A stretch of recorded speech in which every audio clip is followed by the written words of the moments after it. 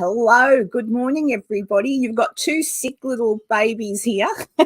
Oh, I'm far from a baby, but poor old Enzo's been suffering with his sinuses and his headaches and all sorts. And we're coming into springtime here in the States, and everything's starting to bloom. And apparently, I've discovered I'm allergic to earth, even though I was born here. I don't know why, but and I've just had a bad week of infections and all sorts of things, but I'm on the mend. The antibiotics help, don't they? I messed up too. I was meant to go to Whitsunday Passage, which is up north from me. We've come hither with Heather and Drew and Werner, and I was just too crook. I couldn't.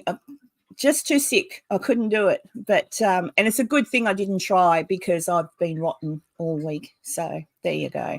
So that's the end of Enzo and I whinging. Let's see who I saw. That Kaz dropped in to say g'day. Wisdom's here. Hello. Beato's just ended a live. Excellent. Oh, let's see. And Sarah, Fantastic Publishing. Jean, hello, Jean. Let's see. Deal Boy. That's a good one. I like that. Oh, good. I'm glad he sent you over, and he's gorgeous, Beto. Rocky, hello, Rocky. Christine.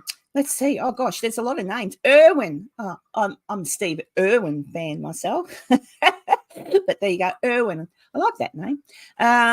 Susan, Sarah. I feel like, what's that lady's name with the little magic mirror in that show when we were kids? Romper Room, I think it was the name of the show. Yeah, Romper. I see Sarah. She never said my name. Yeah. No, she never said Karen either. Sophie and Brian. Oh, Brian. Hello, Brian. Who else have we got? Super JJ. William. Oh, golly. Jay. Runs with scissors. That's very dangerous, may I say. Although I've done it, I'm sure. Major Truth, sir. John Boy Patton. Oh, there's a general's name. Oh, yeah, dear me. Look at me. Mrs. Geek, hello, sweetheart. I've got, hang on. Where are you, little fella? Oh, he's up there. He's up there next to my puppet, my little Beardo doll that I adore. That the cats, I think if anyone watched my Beardo 5 Haunting Questions with Beardo, I told him the cat, when I brought that home, I stuck it on the table, because it's only little. The cats have stuffed toys. One of the cats grabbed him and pulled some of his hair out, Mrs. Geek. But I fixed him. He's safe as houses now. I'm like, and it was only gone 5 minutes.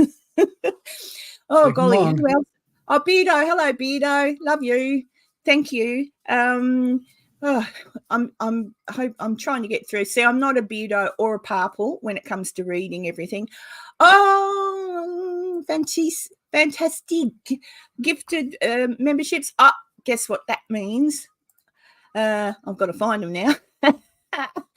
All right, here's one for you, fantastic, and then I'll play one for the new members.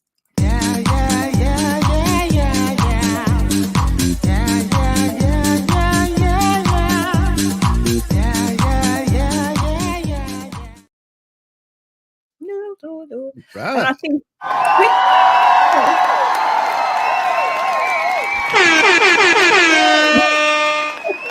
and for the people that were gifted the memberships, now that you're a member, let's have a look. I reckon I'll go for my Robert the Doll. I like my Robert the Doll. Here he comes, Robert the Doll. Hey, Annabelle. Karen got some more members. Isn't that great? Oh, wonderful. Chucky, come say welcome to the new members.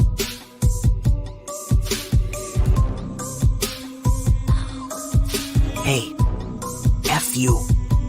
Leave me alone, or you're toast. Chucky, that's naughty.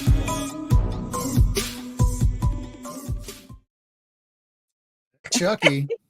That's naughty. I have made the one with the pizza, but I forgot to upload it.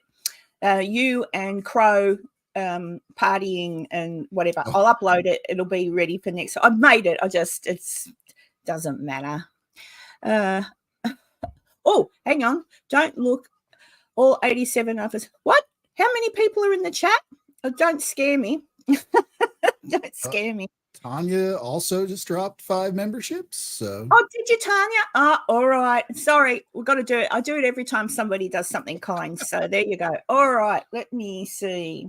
Well, I'll give. I've only got the one membership gifting at the moment. So here you go, Tanya. Put on your dancing shoes.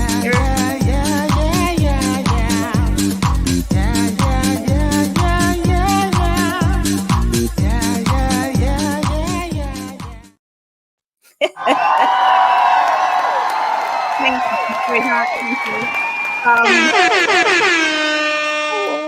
And then for the new members, I'll play the fairy one. Oh, gosh. There we go.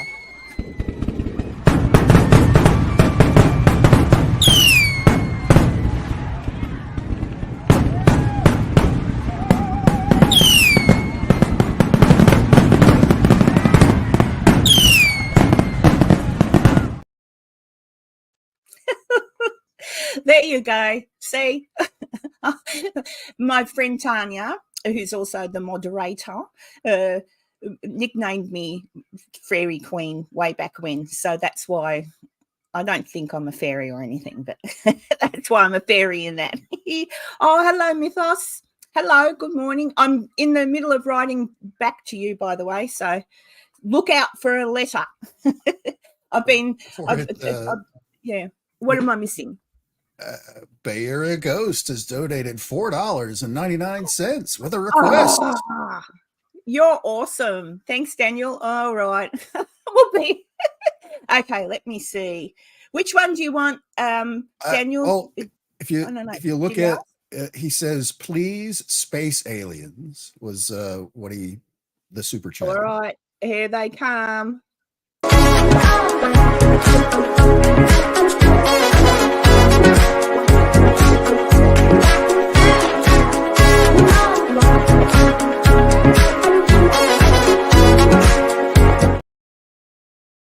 Is that the one you meant, or did you want Enzo? Because that's space. Oh, maybe I better just play it. I better just play it. Do you reckon? Might as well. May as well. Here's one, and then I'll get started talking.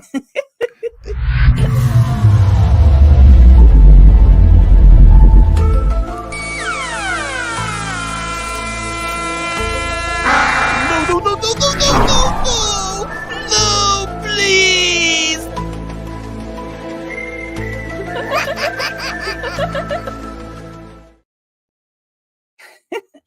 Oh no, they really did take him. Crow, bring him back. Oh no, he's still gone. Enzo. That's I have made a new one, which I've just said I forgot to upload, but it's basically what happens to Enzo after Crow abducts him and takes him to the mothership. And it's not probing, okay? Thank you for that. Yeah, no. Crow did want that, but I thought about it later and I thought, no one wants to be probed. Well, what can I say? Oh, golly. Hey, Tanya, if I missed anything important, let me see. Battle Mythos got told off because I've got doof doof on when we're meant to be watching Battle in Los Angeles. Oh, you can't upset the partner, you know, or wife. Is it wife, Mythos? Whatever. Or the kids, who knows? But yeah, Battle in Los Angeles. Oh, that was the one I thought they were going to make it on that old photo of the aliens that were above LA. But it turns out it's not quite about that, is it?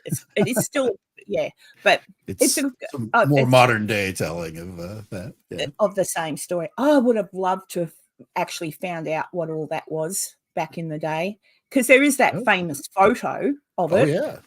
Certainly does appear to be something in all those searchlights they've got pointed up there. They were shooting at something. Certainly does. I mean, it could have been like my little piece of wherever it is. So I've changed everything around, but my little piece of the Hindenburg. Do you reckon it could have been a blimp? But they would have. It's possible. It's possible, because, but it would have exploded.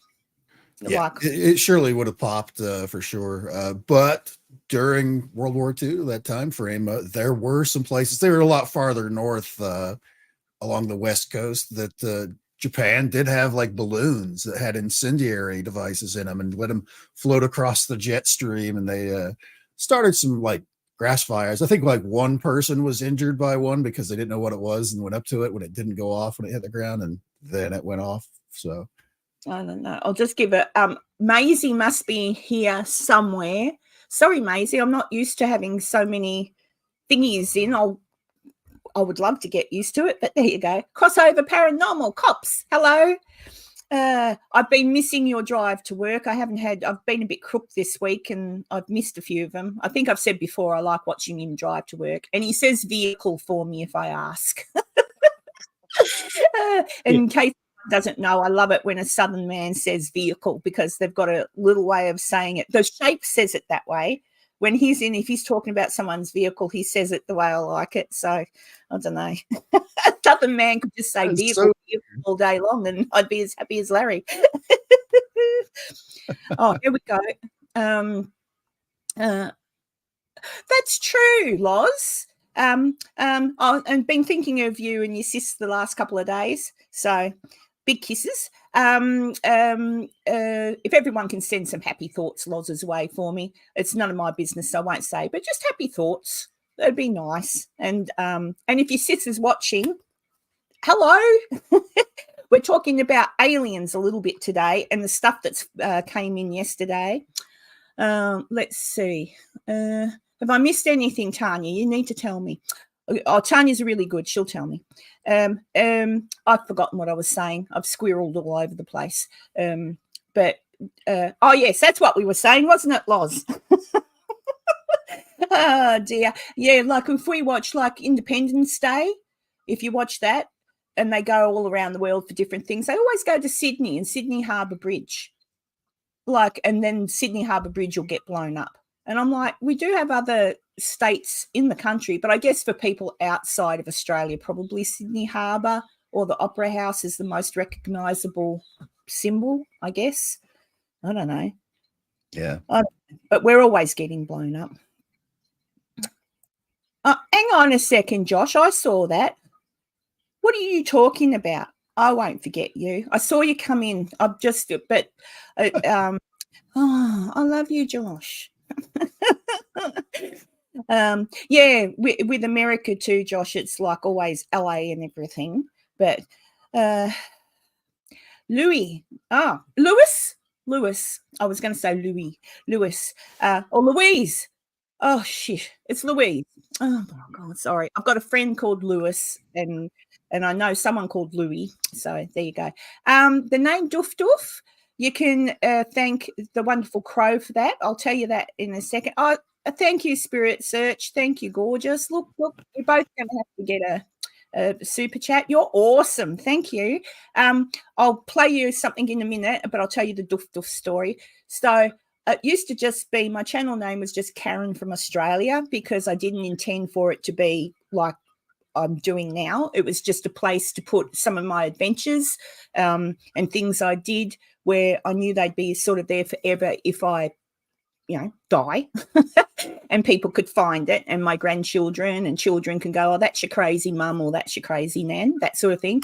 And I was on a thing with Crow one night where we were doing he used to do like a trivia night, and he had to name people, and I told a story of, this is a long story, isn't it? It's not a quick story. I told a story about how I don't like a particular sort of music called doof doof music. And Australians in the chat, and possibly English, I'm not sure, but Australians in the chat, when you say someone's playing the doof doof music, it's usually a car, and you'll be at the traffic lights, and the car next to you will be boom, boom, boom, like the really loud doof doof type music, the bass, like boof, boof.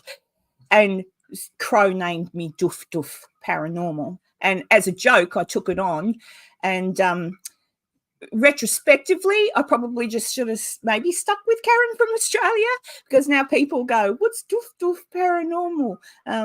But yeah, I kept it. Now people just say it's Doof Doof. So there you go. That's the story. So Now I've got it for you, Louise, and for Spirit Search.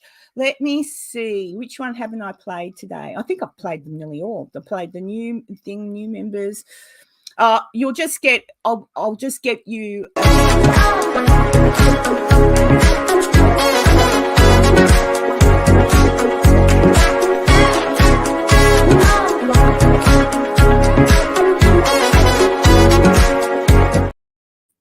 Oh, there we go. Oh, look, Enzo's at the disco. Oh dear. Oh, good. Maisie says she knows what the doof doof. Oh, no worries. I always answer, Louise. I always answer. Hang on. I'm trying to read it all, guys. I've never had my chat go fast. Doof doof is the aliens knocking at the door. Well, I've always said that I wish aliens would come down. Like if I saw an alien ship, I'd like, hello, but I don't think they hear a voice. You must have to hone in your abilities to, stick it out there in the cosmos. I don't know. I'm happy for them to come grab me and give me a spin around the planet. It's all good. Thank you, educated investigator. Hey, Enzo, don't go away, anybody, if you don't like talking about science stuff, because we talk about all sorts of crazy stuff here. But I was asking Enzo because that spaceshipy thing coming back into the atmosphere, and I know nothing about what happened. So do you want to tell people what that was, Enzo, for us? Sure, so on the science part of the science. Science. Tuesday here in the States, the SpaceX Crew 7 capsule returned from they took 4 new astronauts up to the International Space Station, and then Tuesday they splashed down, and classic Apollo style, where it's just the capsule that goes, burns into the atmosphere and splashes down into the Gulf of Mexico, just off the coast of Florida, which I have something I can share. Yeah, I'm not a gamer, Mythos, unless you count Tetris. I'm good at Tetris. But It's all right. I'm listening to you too, sweetheart. If you can pull up if you can pull up the share there we go. Sorry, guys. I'll pay attention to you in a sec. On Tuesday, they NASA put this out that the Crew 7 was going to be splashing down, and if you happen to live in the center part of the United States, you'd be able to see it re-entering the atmosphere, because it was it was 4:30 in the morning for this time zone, the time zone I live in. And here on the map, I live right about there. So it was already like 2 a.m. when I saw the post. It's like, oh, that's only a couple hours from now. I'll just stay awake. And I was very excited, and I ran outside, and this is what I saw. This is, you can see houses here. This is looking northwest from where I live. And any sound you hear is like maybe some cars going by or whatever, but you see a little pinpoint of light there. Basically, that's where it's like over Nebraska right there. I did lighten this video just a little bit because you'll see the smoke trail behind it as it's burning through the atmosphere. But I did have the embarrassment here in a minute where I had to do the awkward pivot because it comes right off of the northwest horizon. I had to do one of these numbers and then like turn all the way around and follow it down. Did you just get that with your phone, Enzo? Yep, that's just with. Look, just you can even see the trail. Yeah. Wow. And brilliant pink, burning up as it comes in through the atmosphere. Uncle Bones is impressed. Uncle Bones. And here's where I start doing my not so glorious pivot here, but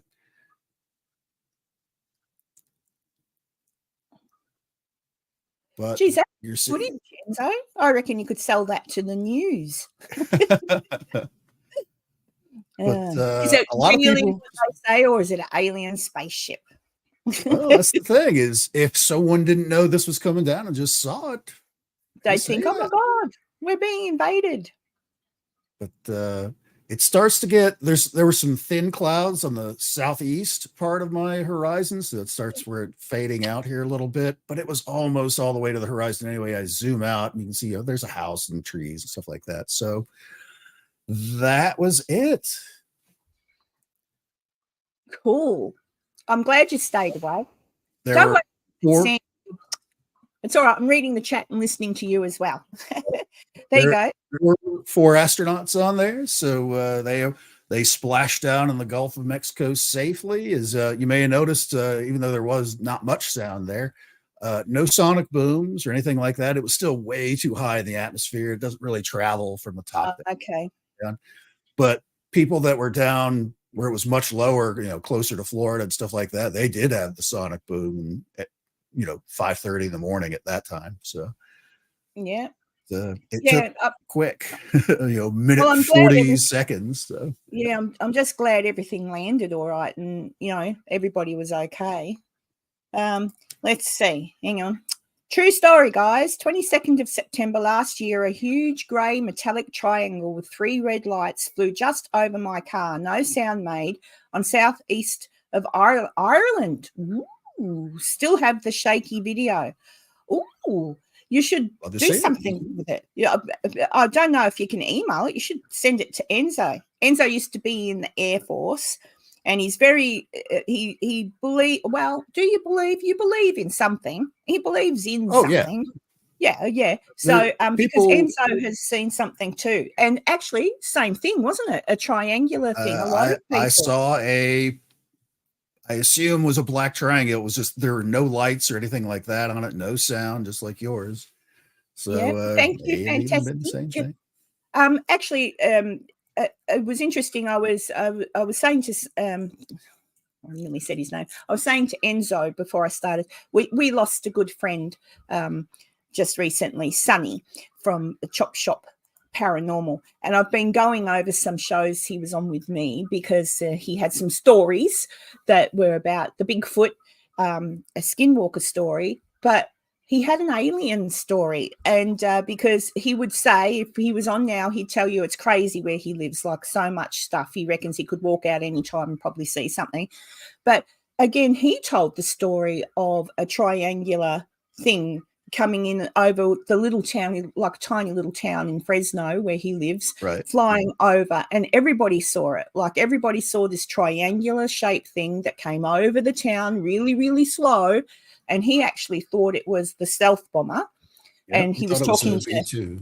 Yeah, he thought it was a B2. And Enzo said, they're really noisy. Couldn't have been that because it had no noise. So it's very interesting, that story that you've told, Erwin, because I'm beginning to think maybe they're not saucer shaped. Maybe they're triangular shape. Or maybe the aliens have advanced with technology, and back in the 40s and 50s they were round. And now they've decided, no, it's better to travel as triangle. For UFO researchers, a lot of them seem to think that round ones are aliens, triangles are ours that we made. Excuse me. No proof of either one, but no. But hang on, what's Josh saying? I wouldn't want to ignore you, Josh. You'll have a go. So there are also new supersonic stealth drones Skunkworks is working on. Oh, look, there's for those of you who don't know, my son is in the army, but one of the girls he went out with years ago, I remember asking her, what do you do, sweetheart? And she goes, I fly the drones. And I looked at her and I said, because for me, a drone is a toy, like something. I'm like, what? I didn't realize what drones were used for in warfare. But, yeah, they're pretty, so be interesting. What's that? You've made me cry too many times, Karen. I may never recover. Oh, you'll be all right. I don't ignore you that much, Josh. Yeah, they're pretty expensive, these drones that they make. That's for sure. And actually another friend of mine, Michael Gagliano from Sidekicks Paranormal, he had a good point to make, because I asked him about the alien thing, and he looked at it from another way. Enzo's probably looked at it this way as well. That when if we were never seen anything, if we didn't have cars, if we were a little tribe somewhere off in the the bush, and a drone flew over top of us, we don't know what that is. We don't know where that comes from. We don't know. So we would automatically think, oh my God, it's a god. If you're a tribe like God, and draw pictures of it and all that sort of thing. And that's kind of what, when you look back on things, mythos. Look out for an email from me. I'm going to do the WhatsApp thing. Okay.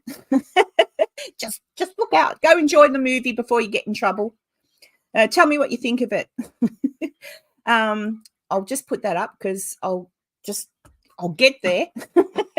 But yeah, it was sort of like technology we're used to technology, so we see things a different way, but certainly over the years people see things and we don't recognize it, but you don't know what other people have got, so it's a bit tricky. But I certainly believe in definitely life on other planets. I mean, it's a humongous, you'd be an absolute twat to think that we're the only life forms in the universe, or wherever. But yeah. See you, sweetie. Have fun watching the movie.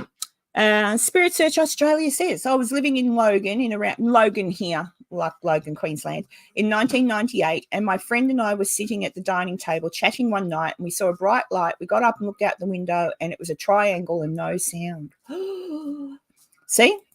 And I've never seen freaking anything like ghosts. When I saw was in 1999, so there were a lot of black triangle sightings throughout the night. There was a huge flap, like mid 90s in Western Europe. For whatever reason, a lot of them around Belgium for whatever reason. Yeah. I wonder why. But anyway, I've been watching a show with my daughter. I think I mentioned it the other week. I was watching a live action type show called The Avatar. I can't remember what channel it was on. My daughter just puts it on, and it's based on a young. He's called an avatar, and he's got 4. So earth, wind, fire, water. He can control the elements. Right. The Last Airbender. Thank you. The Last Airbender. I'm loving that, but anyway, I've got to wait for some more. But Rocky hasn't got any aliens either. But she's been getting me to watch another one, which again is about the same thing, like the same Avatar thing, but it's a different cartoon, a different avatar, and it's all about concentrating the spirit world and the earth and all this sort of thing. And I'm beginning to think either. I'm letting my imagination get away with me, but I'm thinking, why can't we do that? Why can't we sit and concentrate and talk to each other without moving or speaking? Why can't we control the elements? Because we're not a cartoon, I guess. Right. We're not an anime. We're not an anime, but it's a great anime if anybody's interested. I was sort of like, anime, but I'll watch it because my daughter wanted me to watch it. But I love it. I look forward to watching it. Oh yeah, Jay has seen it too. Yeah, I like it. I've seen that one. I'm not a big anime guy myself. However, this past year, One Piece on Netflix, I was really taken away by that. I was like, wow, this is really good. But there's like 1,000 episodes of the thing. It's like, I'm not going to sit down and watch all that. I'll just watch whatever they come out with on Netflix. All right, Lisa. Okay, Lisa. All right, bugger off then. Go on your walk. Go on. Keep fit. Look after your health. Don't worry about me. That's right. Have a nice walk, Lisa. What's Rocky say? I don't need to hear telepathically. Right. I think people say stupid stuff as is. That would be pretty much a nightmare, I think, if you could read everyone's minds. Yeah, because how would you? Barbie, hello, Naomi, Barbie, hey, and Fairy Dragon, hello. Let's see, geez. I agree, Karen, but it can lead you down a very deep rabbit hole thinking about that. Yes, it can. So I've just decided to enjoy my garden and the birds and, yeah. And I can't meditate. I can't relax that way. My brain doesn't stop. So I even have trouble just going to sleep. So Yep. I feel tired and I go to bed, but my brain doesn't shut off. So there you go. DM, baby girl. Hello. Nice to see you drop in. I hope this time's working okay for everybody. I know it's a bit tricky for America, I suppose, because I keep forgetting it's Friday. So people and of course this past weekend we turned our clocks forward an hour, so you're now an hour late. Like for me, I'm in Central Time Zone. Last week it was on at 3 p.m. Now it's 4 p.m. The show comes on. So I don't know. I mean, I just wanted to try and fit in with everybody. It's really hard. Damn time zones. But yeah, definitely people were missing out when the old time we did it. Like, you can't have people sitting up at 2 o'clock in the morning. That's not nice. Maisie, what do you want to know? Karen, do you know there's a place on Shetland, an island north of Scotland? I know where Shetland is. That's where the ponies come from. 100 live. It's called Twat. Oh, twat. Did I say twat? Or yeah, I say twat. The true or real twat. Yeah. Oh, they're not. But yeah. Why do they call it twat? That's weird. Oh, twat. Oh, maybe that's probably, you know what? That's probably where it comes from, Maisie. Back in the day, maybe people who came from that little isle called Twat did stupid things. So people let's call it twats. You bloody twat. Oh, dear me. Let me see. Oh, if I'm missing anything important, please repeat it, because I'm all right. I'm okay with the chat, but sometimes when I go off and start talking, because I look at the camera to talk, so I'm talking to you, it goes boom, boom, and I miss things. But there, are you still here, Tanya? She never usually leaves. There she is. Tanya's an excellent moderator. Yeah, we are far away down here. Actually, Glenda, where are you though? Are you in America? I hate daylight savings. That's why I like living in Queensland. We don't have it. We don't ever have to worry about putting our clocks backwards or forwards. I enjoy that because it's very. We should all be going to that. There's no real need for that anymore. No, not anymore. It was invented for the reasons we discussed, and those reasons no longer exist. So we should just put it back. And as a kid, as I said last time, hi Parasolo. As I said last time, when I was a kid and daylight savings, I mean, mind you, some people just let their kids stay up all night. But, we had to be in bed by 7 o'clock. Good night, bedtime, off you trot. And it would be horrible because the sun was still up, especially summer. It was hot. So much easier to go to sleep when it's getting dark, I think. Even when it's hot, it's easier to sleep. Abby, so it's 9:30 in the UK. Well, let me know in the chat if everybody's okay with this time frame. Because I think it's next weekend in Western Europe where they change their clocks. I think there's 2 weeks difference between the US and Europe. Yeah, there you go. Karen, I see you in Beatos and Purple sometimes. I'm sure it's Purple. I see you in as well. And I always say that, Karen's unite. Yeah, so, yeah, the end of the month. Josh says because he's off work today, he's totally fine with today. When I'm feeling a bit better too, I might just do every now and then a little random live. And sometimes Enzo can't be in the random lives because he's not around, but other times he can. I don't think you've ever let me down, actually, Enzo. You're generally always around. I try to be available. Yeah. What's Louise say? What sleep I've gotten? Oh, have you? Yeah, to be honest, I've got a little bit of that in my lower back because I had a back injury once. And if I watch what I eat, Enzo, when I'm on a keto-friendly diet, that pain goes away. When I eat too much cake and crap, that pain is horrible. because obviously it's an without being too medical, it's an autoimmune type situation. So if you look after, like, try and cut down on sugars and all that sort of thing, it does help. It does. It says me, who currently is being really naughty and eating crap. So I've got to be a good girl. I keep saying that. I'm not being good at all. Oh dear.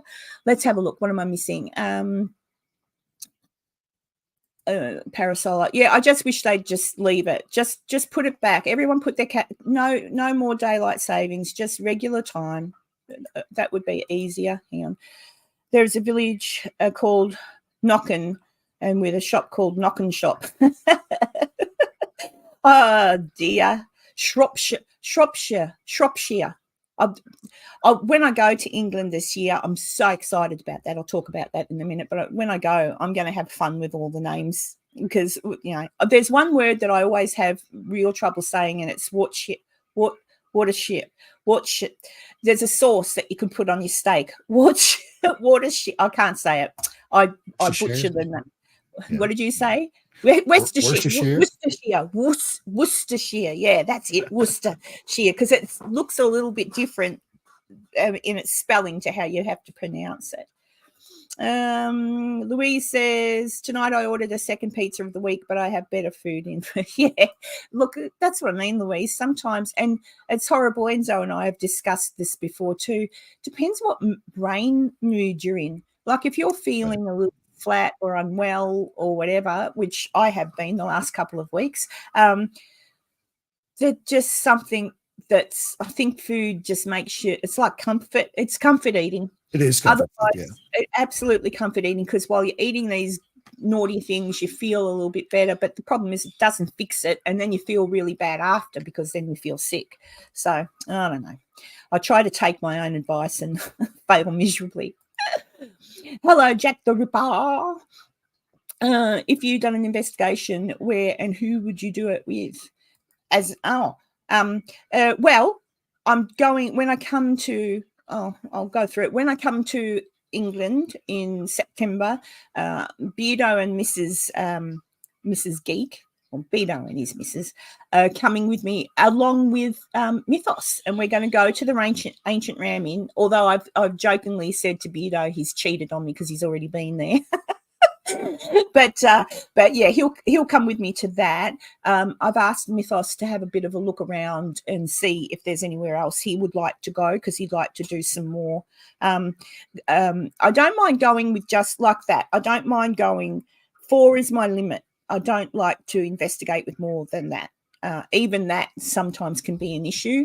But I trust Beardo and Mrs. Geek, and I trust Mythos. So it should be fun. So, and I'll be doing a whole heap of places while I'm in England. I've got a 2-week thing that I'm doing with a lady called MJ from Sage Paranormal.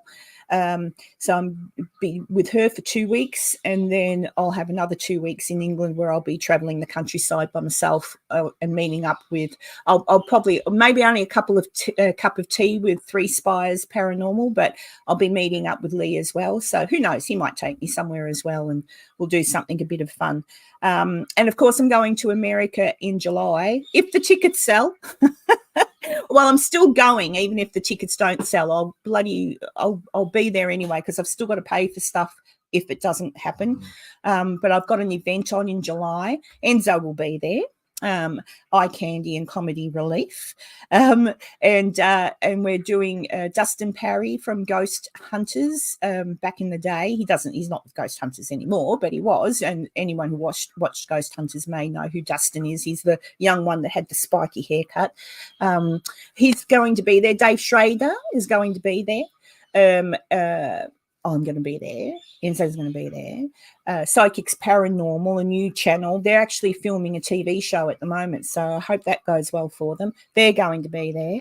I've got Janice Opening, an author. She's going to be there. I've got C.L. Thomas, who's also an author. She's going to be there, all in the paranormal, spiritual field. And a gentleman that lives in Virginia City. He's from Virginia City. lived there all of his life and knows all the false stories because his mum and a group of little old ladies made them up back in the 50s. So he's going to tell us all the stories that are BS, which will be great. And my friend Taylor Hanby is going to also be there. She works at the Sutro Tunnel. I don't know how many of you are familiar with that, but the Sutro Tunnel down in Dayton, and she also works at one of the old schools. It's not a school anymore. It's an historical building, but the 4th Ward School. She works there and does the historical things there. So it's all about the history of Virginia City. So while I'm there, I'm going to go off to different places I haven't been to in Virginia City yet as well and do some investigating there. But there you go. Oh, thanks, Tanya. Yeah, I know it's expensive to travel. Although I have to say, I was looking at flights the other day, and I'm not 100% sure why, but flight costs have gone down slightly, so it's not as expensive anymore. I don't know. Maybe they're cutting costs. Maybe I don't know, but yeah, we'll see. We'll see. Probably just it's been so priced out lately. They just can't afford not to let some of those cheap seats open up. I was looking at hotels across the U.S. This week because I'm probably not going to have a van for some of my summer travels, so I had to sleep somewhere. And I don't think that'll happen, Jack. I don't think that will happen. Things, and that's why you're going to get your little van, isn't it? Enzo's going to try and get himself a little van. He had a go at one the other week, thought it looked great, be perfect for him, went and drove it out of the car yard, and it stopped right there at the lights. And 20 feet away from where I drove it out of their parking lot, and I was like, all right, not buying this.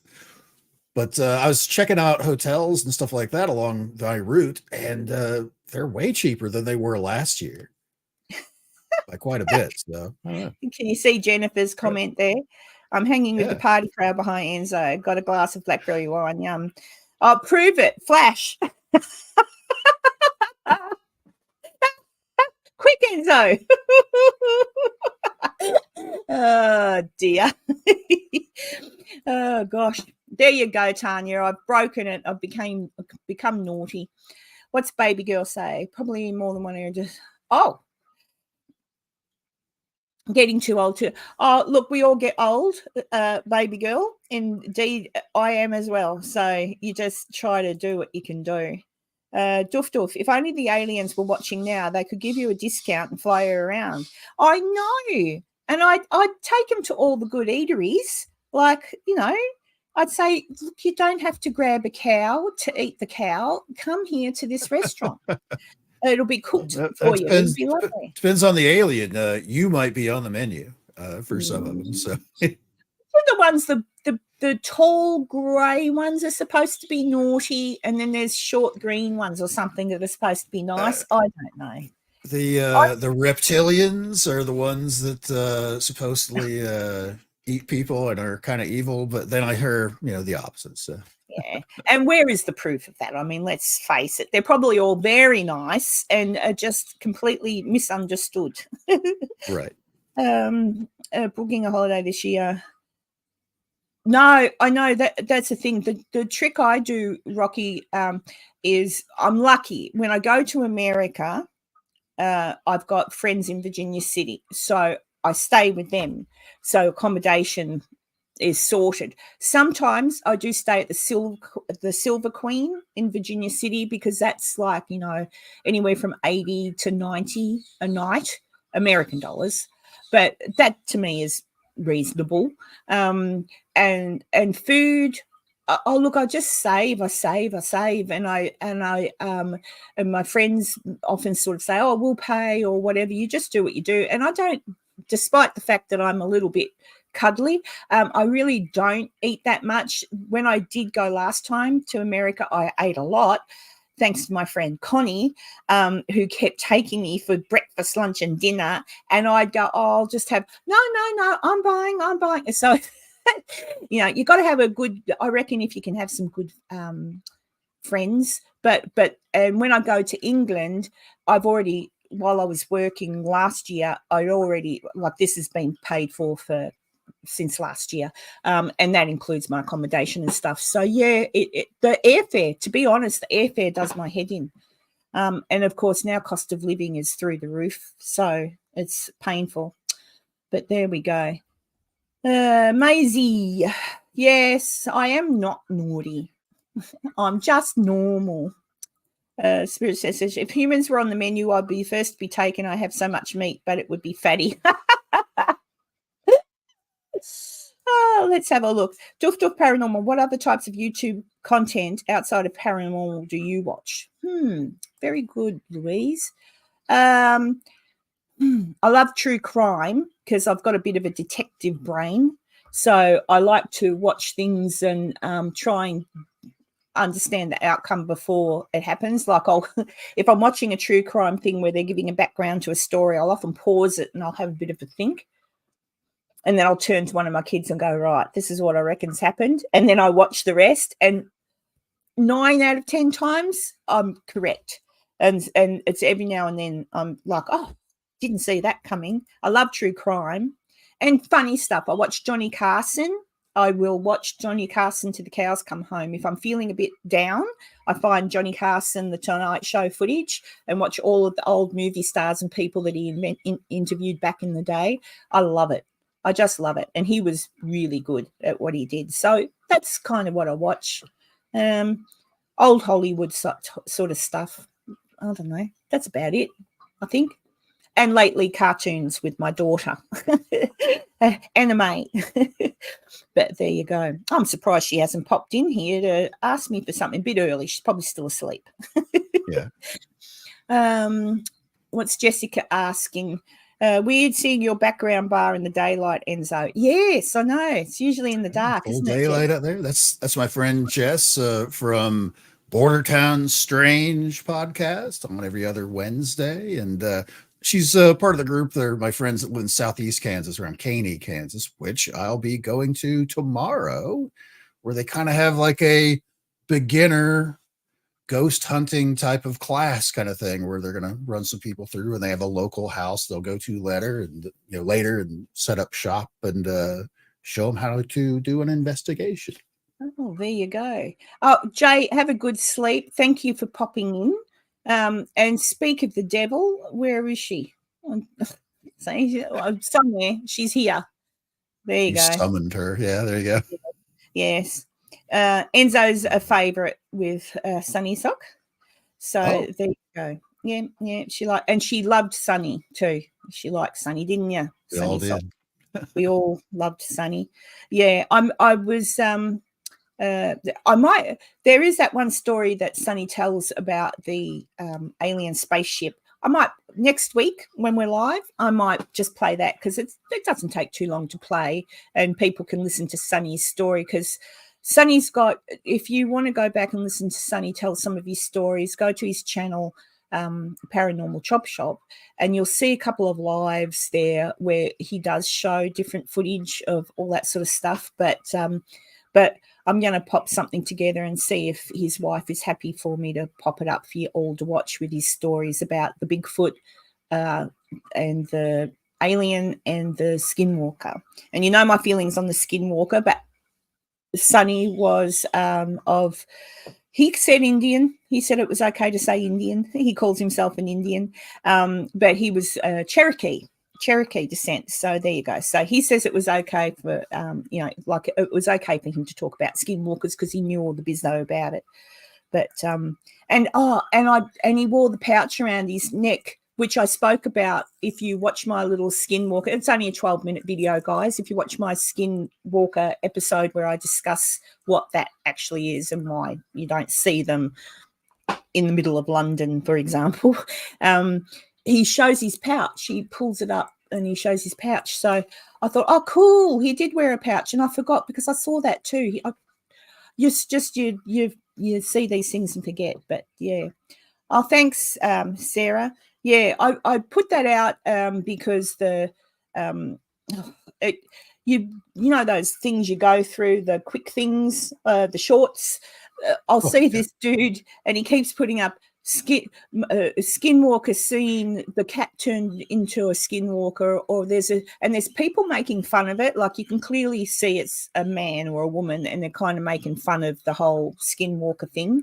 And I thought it's a bit look, you can't, but it's kind of a bit disrespectful, especially when you know how the Navajo and the Southwest Indians feel about that subject. So I just thought, look, do what they want, but for the people that watch my channel and appreciate a little bit of truth and facts and don't necessarily know what, you just hear the words skinwalker get thrown around and you might think they're everywhere and not understand the history behind it. So that's why I made that little video. There you go. What's baby girl say? Oh, you're talking about roller coasters in my neck, but it was Hades. Wisconsin Dells. Where's Wisconsin Dells? Is that a township? I don't know. Let's see. Enzo, your guests behind you are well behaved indeed. Yeah, they are. This is the early dinner crowd. This particular week and like the next couple of weeks is spring break here in the U.S. So once it gets a little later, it gets crazy back there. All the kids back there going. They have a live band and everything. I made a joke to Enzo and said, "Oh, one day I'll go there and hang out. He can do a live, and I'll be in the background waving at everybody." Yeah. But there you go. Where this guy is, he's like. I wonder, they probably aren't aware they're on a security camera. I don't know. This particular bar has like 3 or 4 different cameras up. I'm sure somewhere it does because everyone. Yeah, it's my living room, my backyard. I'll see people in there where they know it's there. They're like waving and they're talking to someone on their phone that's also looking at it and all that stuff. So, a water park. Oh, are you in, Tim, are you in England? Only reason is because you called it a water park. And I don't know if anybody in the chat knows of a show called The IT Crowd. Have you ever seen that, Enzo? That'd be one you'd like to watch and have a giggle at. I've heard of it, but I've never watched it. Yeah, it's basically the story of 3 people who work in the basement in a big building. It's a comedy. It's nothing more than a comedy. They're the IT, like IT. They're down in the basement, and it's just about.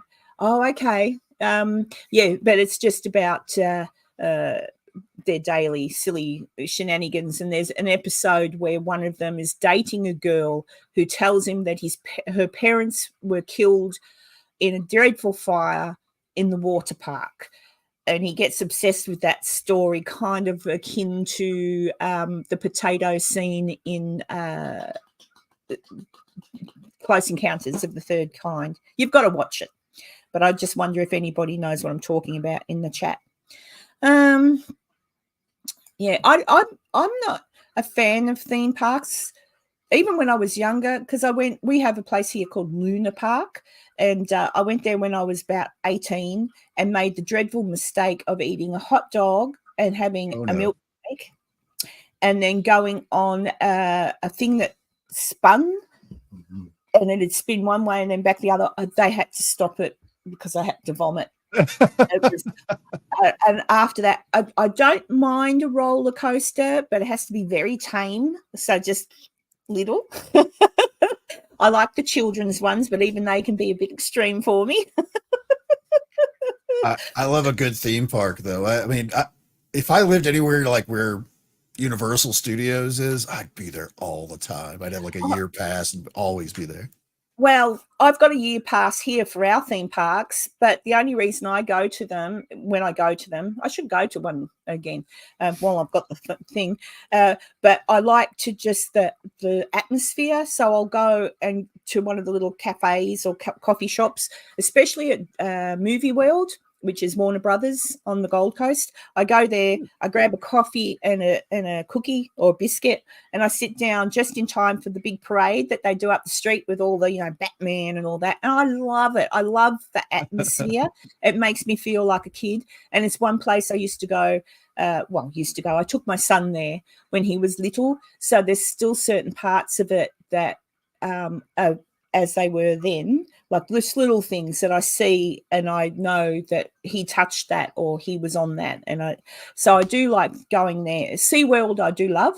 I love going to SeaWorld, watching the dolphins, and then just kind of walking around and looking at the animals. And what's the other one I've got a pass for? Oh, the water park, the water thing, Water World or something it's called. I don't know, Splash World. I don't know. But I don't really go to that because it's just water and stuff. So, but yeah, I'm the same. I'm just over the rides. Like, I think, I don't know. I couldn't go on one of the roller coasters that they've got there. And actually, a couple of months back, one of the roller coasters got stuck. They were stuck up there for ages. And I thought, oh my God. Don't talk about whiplash, Dee. I got that when that car hit me from behind the other week. Oh my God. I've been in the wars, but my neck's still a little bit sore, but it's all good.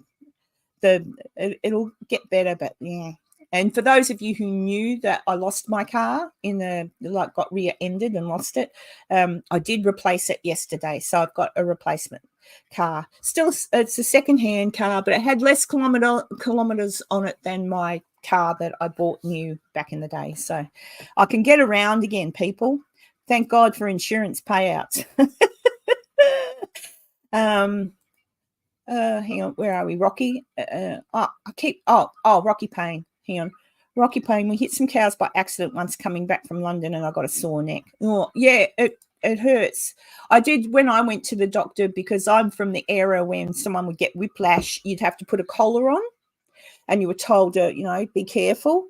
Yeah, no more. The doctor said, no, you don't do that anymore. You just have to keep moving at gentle movements. So that was an excuse for me to go up and get a Chinese massage. Helped. It really helped. Yeah, I was really sore and I left it for a couple of days and I was still moving, but so sore. The headache was just extreme. And I went and they did the massage thing. And then I went back the next day. It was just half hour and they went, and it's great now. It's good. So I swear by the Chinese masseuses. Oh, I think they're from Thailand actually, but there you go. I don't know where they're from. Hey, Grumpy Bear, nice to see you. Haven't seen your little name pop up for a while. Nice to see you. Dee. Oh, yeah, I thought of that. I've had acupuncture. So acupuncture can work. And it's for those of you who haven't had acupuncture, when you've got a really tight muscle, I had it in my face once because I've got the TMG joint thing, really sore. And when they put it in, you can't feel it go in. It's not like a needle and it's going in. It's sort of, but if they put it in the right spot where that muscle's really tight, you feel like a little twing, that's the weirdest feeling. So, and it works. You'd have to have it every day though, I reckon. And I can't afford that. Only good thing about osteoarthritis is I'm moving home. Can't wait to not have to share a laundry room with 40 other residents. Oh, yeah. Bugger that, Louise. Yep. I'm surprised they haven't invented throwaway clothes, recyclable clothes, like wear them once and then just chuck them out. Last night when I was on with the Happiness Gang, we brought up the movie Idiocracy, where the guy gets frozen, he's in the future and everybody's dumb. One of the things I thought was great in there is they had it was like a giant Kleenex box, but it just had t-shirts in it that you could just pull out one at a time to put on. And I was like, I want one of those. That's great. That'd be pretty good. Oh gosh. Yeah, I won't ride any roller coasters, that's for sure, a baby girl. Yes. Yeah. Even when I was younger, I didn't like them. I remember I did go on one once with my husband at the time, and it was one of the ones that goes through a loop upside down. I don't think I stopped screaming. I was one of those people. Oh, gosh. I'm just checking I haven't missed anything. And Natu, hello. I'm just checking who's popped in and popped out and popped in because I'm yapping away. So if I've not said hello to you, just say hello to me again and I'll say hello to you because I don't like missing anyone because I'm always appreciative when people come in and listen to Enzo and I natter away. If anyone's got any other questions for me, feel free to ask, or Enzo, the science guy. Oh, gosh. hi, Fabrics. Hello. There we go. Who else have I missed? I'm sorry, I'm reading. Oh, Rocky. Oh, you should see more lives from us, Rocky. Well, let's see. Thanks to Enzo. Well, first of all, I was on, and I haven't spotted her in here, so I'm not quite sure. I was on oh God, what's Sam's channel's name? Arden Paranormal. Arden Paranormal with Sam. And hi, Pammy. Hello. I was on with Sam, and Enzo was a guest there, and he started talking like he's talking now. And I'm like, who is this dude? He's really good. Like, what's your channel? I don't have a channel, said Enzo. And then I said, oh. And then I just got talking to Enzo and said, would you like to oh, Pam's in Kansas as well. There you go. So Enzo came on to one of my lives, and the rest is history. He just comes on and talks to me. I think we're pretty good friends now, aren't we, Enzo? Oh, yeah. She keeps sending me the link. I keep showing up. Yeah, he shows up. And then through Sunny, I've met other wonderful people. Oh, through Sunny. Oh, look, see, he's on my mind. Through Enzo. Yep. I've met other wonderful people, which one of them was Sunny Conway, who unfortunately passed away just recently. So, and through Sunny, I met, I always go to say it's John Goodall, isn't it? I always say that. But I've met so many awesome people. It's Jim Goodall, but it's Jim. Yeah. I always say John, and I don't know why I do that. I really don't. I'll have to figure out why I say John. It's Jim Goodall. I met him one night on there, and I'm sure he's devastated. But I've met some really great people through Enzo, and yeah, that's how Enzo and I met, though. And so now Enzo's coming along. We're going to meet in person, aren't we, in July?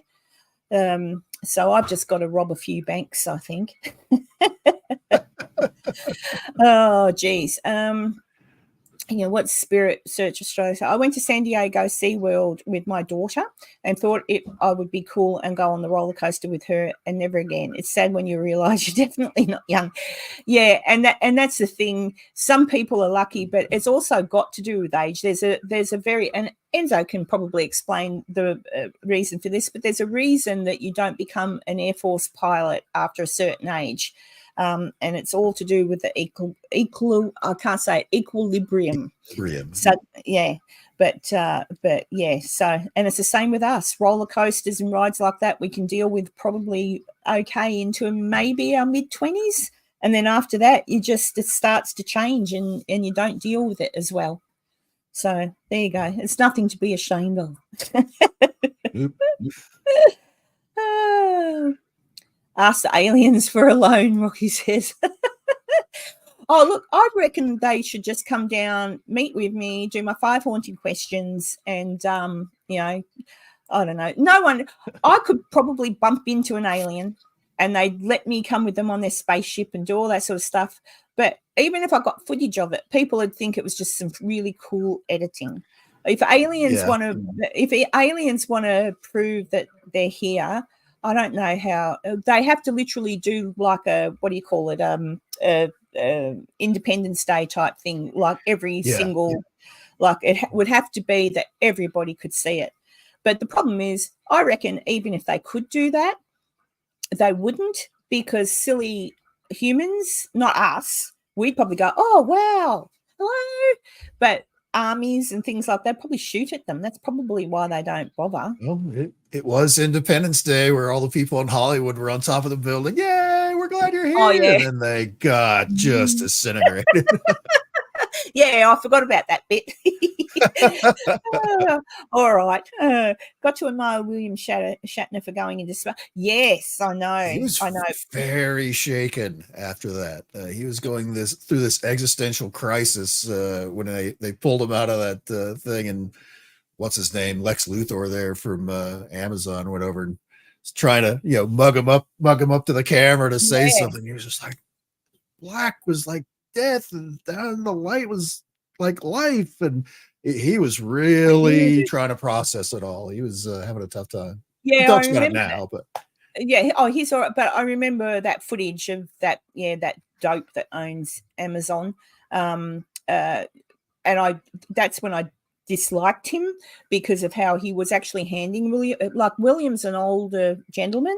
He'd just been through a mind-bending experience and he was processing that and he really wanted to talk about it. And this dude's trying for the photo op, oh, Captain Kirk. I'm like, oh, you wanker. So yeah, I'll be very sad the day William Shatner passes away. I will shed a tear. But maybe I should send him a message and say, just in case you die, I want to tell you I love you. There you go. Yeah. Yeah. Oh, dear. Abito. Oh, hang on. Just a second. Erwin. Oh, Welsh. I have no trouble understanding people from Wales. Maybe it's watching too much of Doctor Who episodes. I don't know, but yeah, I can struggle sometimes with a thick Scottish accent. Not so much not the words, but they talk so fast, and it's like, what did you say? So once they slow down, I'm fine. But yeah, I better get used to it if I'm going to go to England. As an American watching because several years ago they had Torchwood, which was a spin-off Doctor Who show, and the lead actress was Welsh. And there was more than a couple of times where I was like rewinding. It's like, I have no idea what she's even saying there, and I had to turn on closed captioning at the bottom. It's like, oh, that's what she said. Oh wow, yeah, no, yeah. I loved that show, Torchwood. And then they ruined it. They killed off my favourite characters at the end, and it got ruined. They should have just kept going with the. Yeah, it got pretty dark. Yeah, it got really dark, and I thought, why did they have to do that? My friend is Captain American Airlines and is going to take me. Have fun. Dee's a nurse as well. Well, I used to be a nurse. I'm not nursing anymore. When I was training to be a nurse 30 years ago, I remember one great lecture, and he was saying to us, at the age of 30, we start to degenerate. We were like, what the? But it's true. Yeah, you hit 30, the wrinkles start coming, the bones start creaking. Yep. It's just life and death. What the hell? It's all right. If we believe everything we hear, at some point we'll all be ghosties or just reincarnated. Who knows? 30 is kind of like, okay, that's the last day of that carton of milk, that date, it might still be good a little after that, but not for long. Actually, it was a lot of money. Enzo might know the actual amount, but he didn't pay to go into space. That was a gift for him, but I think it's something ridiculous, like 500,000, or it's a big amount of money. I think it'd be more than that. I can look it up. Yeah, actually, I think it probably is. Maybe it's the millions. Let Enzo will look it up for you. There we go. Spirit search. Jack, I like Tom Baker, but I love David Tennant. He's my favourite Doctor of all time. And Captain Jack. Captain Jack. Me too, Pam. Yeah, Captain Jack was the best. There's something weird happened with the did you find it, Enzo? Or are you still looking? According to an article in 2021 in Forbes magazine, how much is a ticket to space? $100,000.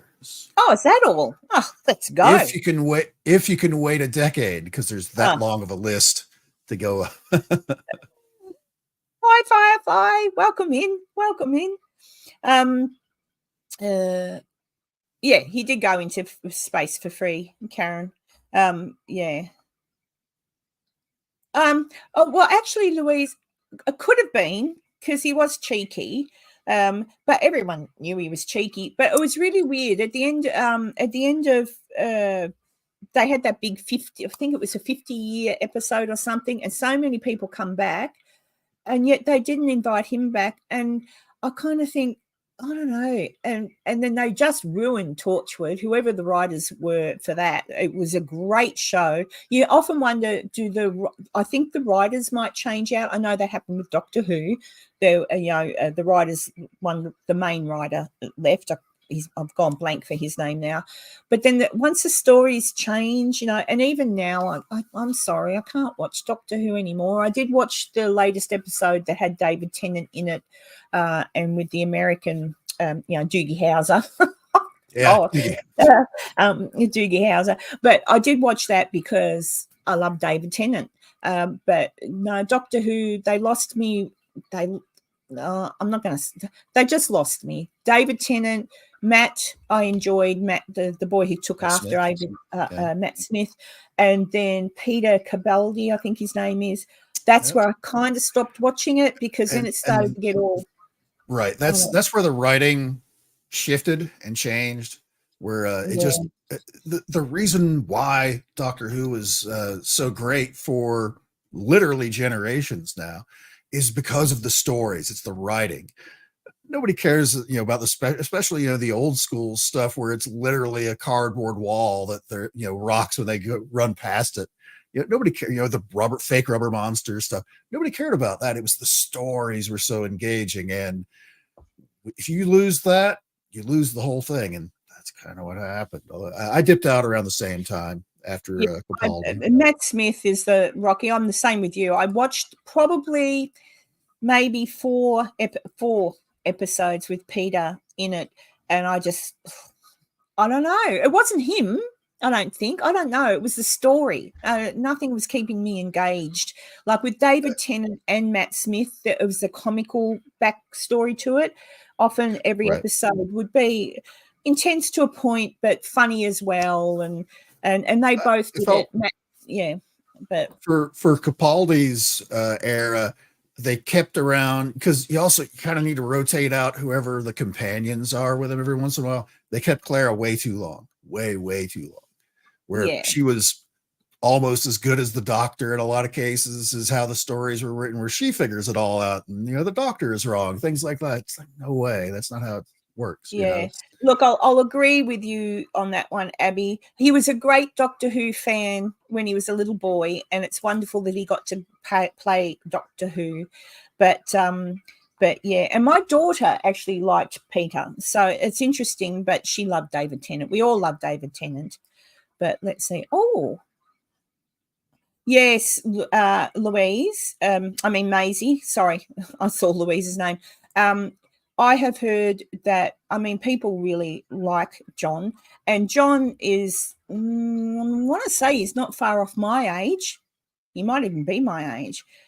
And people tend to forget we do come from an era of, Paul Hogan, Benny Hill, an era where a little bit of raunchiness in humour is fine. Nobody cares. We do it in the live chats, don't we, Tanya? Like, say cheeky things.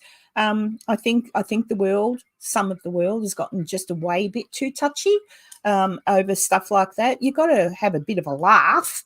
But I like John Barrowman, and I've never seen anything. I did hear rumors not long ago, and I'm like, oh, bugger off. Like, just step back and stop with all this BS. Yes, he was cheeky. Of course he was cheeky and rude and whatever, but that's part of his charm. For me, at my age, it's part of his charm. And we've all got the power to turn around to someone who does something that we don't like and go, fuck off. Like, don't do that to me again. Or, oi, don't grab me on the ass. Like, give him a wacko. That's what I got taught as a young woman. I was taught, if anybody does anything you don't like, you tell them to get nicked and you kick them. And I don't think people are getting taught that anymore. I think now it's like if someone does something you don't like, call the police and sue them. Like, sorry, well, we're not. That's a Karen rant for new people. I just think, life is stressful enough, guys. Fair income. But I like John Barrowman. Where's Pam? Is Pam going? Pammy. Oh, Jessica's going. Oh, someone's going. Oh, there we go, Jessica. Oh, thank you, Jessica. I hope to see you again one day in the chatty. And make sure you subscribe if you haven't already, so you can find me again. Be talking with her and Pam tomorrow. Yeah, in real person. Oh, yes, that show. I don't know what America got in regard to English comedy shows, but there was a show called Are You Being Served?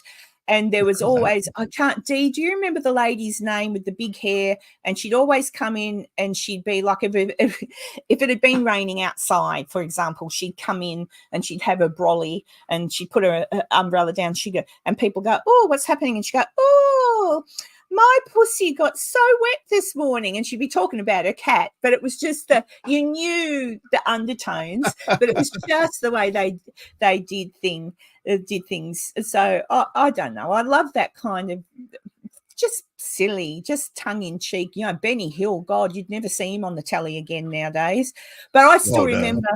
Actually, does anyone remember the skit with Benny Hill? I wonder if you ever saw it, Enzo. There'd always be the comical skits with just music, no words. Right. And there was this one where, Benny's driving down the road, and you see the car go past or something, and then you hear, and then you see Benny go up because there's a lady selling melons and fruit, but the melons are positioned in front of her. Right. That it looks like, you know. And then he comes and he's like, don't. It was just melons. Oh my God, that one. But you know, that cracks me up. Mrs. Slocum, thank you, Tanya. That was her name. Yeah, Mrs. Slocum was always talking about her wet pussy, as in it was always getting wet, or there'd be always something wrong with her pussy. And she meant her cat people. Oh, and on the buses, yes, on the buses. Oh my God, there were some funny shows, but they couldn't possibly. I heard that one. On the buses was a story of bus drivers, 2 bus drivers in particular. One was a bus driver, one was this fellow who took the money for the tickets, and the other fellow was their boss. And it was hard to explain. But I don't know if he showed them in full ever. I think it was always like, I don't remember there being nude. I could be wrong, but it was always in. I know there was another Benny Hill thing where they're in a cafe and they're getting coffee or tea, and the waitress comes up and she brings the teapot and she said, do you want sugar with that? And they say yes, and she goes into a pocket or something and she brings them sugar, and then she reaches into her shirt and pulls out the sugar and puts it down. And that's it. And then that she says, do you want milk? No. I think she's going to do something else. So, you know, oh dear, Father Ted. Yeah, look, all these old shows. Love Thy Neighbour was another one that they couldn't play now, but and I don't know. I just think the world has changed in some ways for the better in regard to being more tolerant of different things. But also I think it's not changed for the better, because now you can't even have that friendly banter that you have with people. You can't make a joke. You've got to be careful what you say. If you touch somebody, don't touch, you touched me. I'm like, oh my God. You know, like it's just, you know, and some of the things, one more Karen rant, some of the things that I hear women complaining about and actually trying to get people into trouble for are things like, when I worked with that person 50 years ago, because there's something recently come out about that, he grabbed me on the bum. He grabbed me on the bum and was, you know, friendly with me. 50 years ago. All right. That's the fella from Aerosmith. Oh my God, nothing. That's the fellow from Aerosmith. A groupie probably, if she was in his vicinity at the time, had to have been, says that when she was young, he was drunk or whatever, and he grabbed her on the bum. Like, that's about it, you know. I'm like, backstage with a rock star, and they did something with that. Ooh, I'm so shocked and surprised. Like, that's kind of what you expect. Yeah, so from my personal opinion, like I sort of said before, I've got 4 girls, and those girls are told, if anyone ever, a male or a female nowadays, ever touches you inappropriately, number one, tell them to fuck off. Like, what the hell are you doing? Number two, tell someone else so they can also tell them off. And then hopefully that's enough that they'll go, because that's bad parenting. That's bad bringing up bad kids to know that that's all right. But I just think you've just got to have a little bit more backbone. Stand up for yourself. Tell someone to get nicked. Like, F off. Don't touch me like that. Would you like it? Or grab them. Alternately, grab them back and then watch their faces. Oh, like just stick up for yourself, eh? Don't come out years later and go, boo-hoo-hoo. Like, stick up for yourself. And I am speaking from experience for anyone who'd like to say, oh, but Karen, you've never been through anything. Yes, I have. And I stuck up for myself. And I'm quite okay. All right. Well, that's probably debatable. Maybe I'm not really okay. Cuckoo, cuckoo. Hey, Joe, welcome in. So that's definitely the end of the rant because I like Benny Hill and Love Thy Neighbour. And Paul Hogan. Oh, I saw an interview with Paul Hogan yesterday. His granddaughter was interviewing him. Oh, my God, he's getting old. Like, I hate that because I haven't seen him for a while. And then I looked and I thought, oh, my God, you're you're really old. Like, stop it. How old is he nowadays? I don't know. Look that up for me, Enzo. He has to be, I think he's older than my dad. So he has to be 80-something, late 80s. 84. 84, yeah. But he's had a lot of sun, like he was out in the sun a lot with you, and I think that definitely ages you. Who's leaving? They got a picture. It doesn't even look like him. Okay, Paranormal Walks, thank you for dropping in and saying hello and listening to my rants. I do rant sometimes. All right, what else? Let's have a look. This is why I stream the types of shows. Oh, hang on. I want to watch, and I don't let anyone tell me what is best for me. I hate bullies and always speak up. I stand for others in public. Yeah, so do I, baby girl. I do too. I do that. It's a wonder I haven't ever been hit. I've told a few people off in public, like, oi. Here we go. Yeah, that doesn't even look like him. Wow. Yeah, but he's even looking older. If I could find the interview, like he's looking older than that. That I don't know when that picture was taken, maybe 2 years ago. But you see, to all the young folk watching, sun damage does age you. Smoking, he's a heavy smoker. Unfortunately, smoking is a good one. I mean, just look at Mel Gibson. Mel Gibson was a delight to look at when he was younger. But can I bring that up and let everybody know how it went? Oh, if you like. That was it wasn't my intent, but I just closed the other one. It doesn't hurt. I've forgotten what I was saying now. See, oops. Firefly says it's your channel and you can rant if you want to. Oh, look, I know I rant sometimes and I am older. Like I'm a lot older than some people and maybe the same age as some people to what I just come from a different era. And back in the day, you had to deal with these things. This was part of life. You just, toughen up, just get on with it. Someone calls you a name, bugger off. Shit happens. Whereas nowadays, I've given my children the skills and I've said to them, this is what you need to do.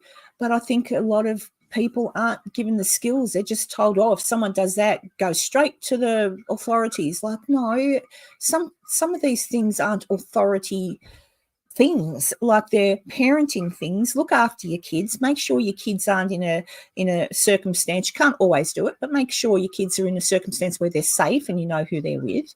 Give them skills to protect themselves. If something horrendous happens, absolutely. But there's some things that can be dealt with by telling uncles and brothers. Just saying. I'm just saying there's old school ways to deal with things, okay? Or if you're lucky enough to know someone in the mafia, some concrete boots might help. Dear me. See, there we go. Oh, dear me. No internet in our days to go online and complain. We are taught to stay. Yeah, exactly. We didn't have the internet or anything. You'd be outside, you'd be off with your mates, you'd be doing things. Stuff would happen. Stuff happened to me. Stuff would happen that you would feel uncomfortable telling people about, but you dealt with it. You got on with it. So I don't know. What's baby girl say? I don't fear bullies. I also taught my kids to stand up for themselves if they are innocent with respect. But if you do the wrong, yeah, absolutely, do the wrong thing, face the consequences. But you know, and I don't know. Thanks, Jack the Ripper. Free speech. I will. I don't know. I'm not saying I'm right. I'm just saying that's how I face life. That's how I've gotten through a lot of things in my life. If 16-year-old me were in this current world, I'd be stuffed. I'd be stuffed because you've got people putting cotton wool all around you. I think that's half the reason a lot of the younger kids are stuffed and don't know how to face life because they're not being taught how to face life. Like, just get up. Sometimes it's hard. Just get up, look towards the future and where you want to go and head in that direction and just fight off all the other crap.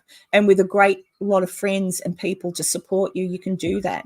And when people do the wrong thing to you with a great amount of, you know, your good friends or whatever, there's ways to combat all that. I just don't know. I can't fix it. Need a time machine and stop the invention of computers. But then there were no computers, Enzo, I wouldn't have met you. True. So there you go. See? So there's good and bad, I reckon.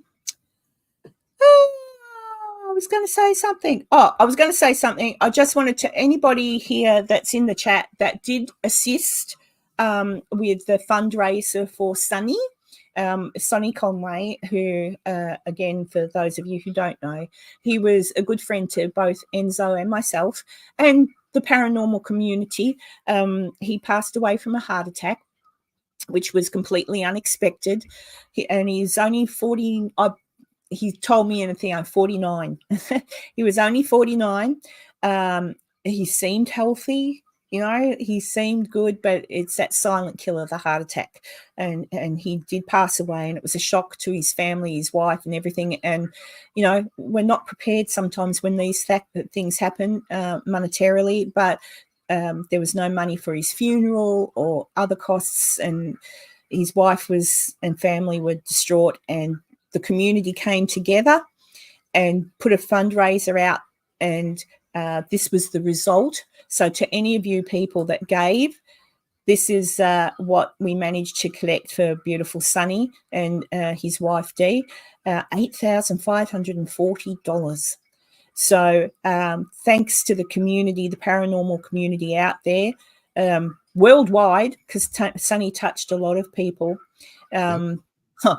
Wink, wink. He'd laugh if he was here. He didn't. Yeah. If Sonny were here, he'd be like, "Don't you guys shed a tear for my ass? What's wrong with you?" He would, but I did shed a tear for him, quite a few actually. And he was really gorgeous. So yeah, I know, Louise. It was pretty sad. But, so what's amazing about this whole thing was how, I mean, I knew a lot of people love Sonny, but and Deanna was really embarrassed to even ask, you know, for help to even start this GoFundMe. She didn't know anything about it or how it worked, but yeah, when someone passes away suddenly like that and you don't have money set aside, you know, funerals and all that, all the other associated costs that go along with that it's not cheap. Depending on where you are and everything else. But she was originally only going to ask for $2,000 originally. And that was only going to cover like this one surprise thing that she didn't know about. And I was like, ask for $3,000, you know, and you know, and put it up for, you know, a week and a half, 2 weeks, whatever it was. And within about 2 hours, she was like almost well over halfway to the goal within 2 hours of posting it, of 3,000. And then within 24 hours, it was above the 3,000 that she had it originally. And now, you know, a week later, and because his service was on Tuesday, I think. Tuesday, the 12th. Yeah. And 8,500. That's amazing, because that amount covers everything. Plus a little more. So Enzo, is there still a link you can share? Abby was just asking if there's still a link. Yeah, I posted it in the chat here a few minutes ago when we first started talking about it. I'll do it again. Yeah, just do it again. Thank you, Abby. Yeah, Sonny was such a good man. I can't explain. People say that all the time when people pass away, even if they were assholes. You still go, oh, he was such, or she was such, and they might not have really been, but he really was. Like, he used to send me messages and check in on me. How you going? You okay? And we'd have private little chats where he'd be out in his garage and he'd be talking. He never whinged. He never said, oh, woe is me. He was always positive. I'm sure at times he wasn't, but, you know, he was always worried about other people. Like, oh, you know, he was a hoot and I'm going to miss him terribly. He was supposed to look at my Skinwalker episode and give me the thumbs up.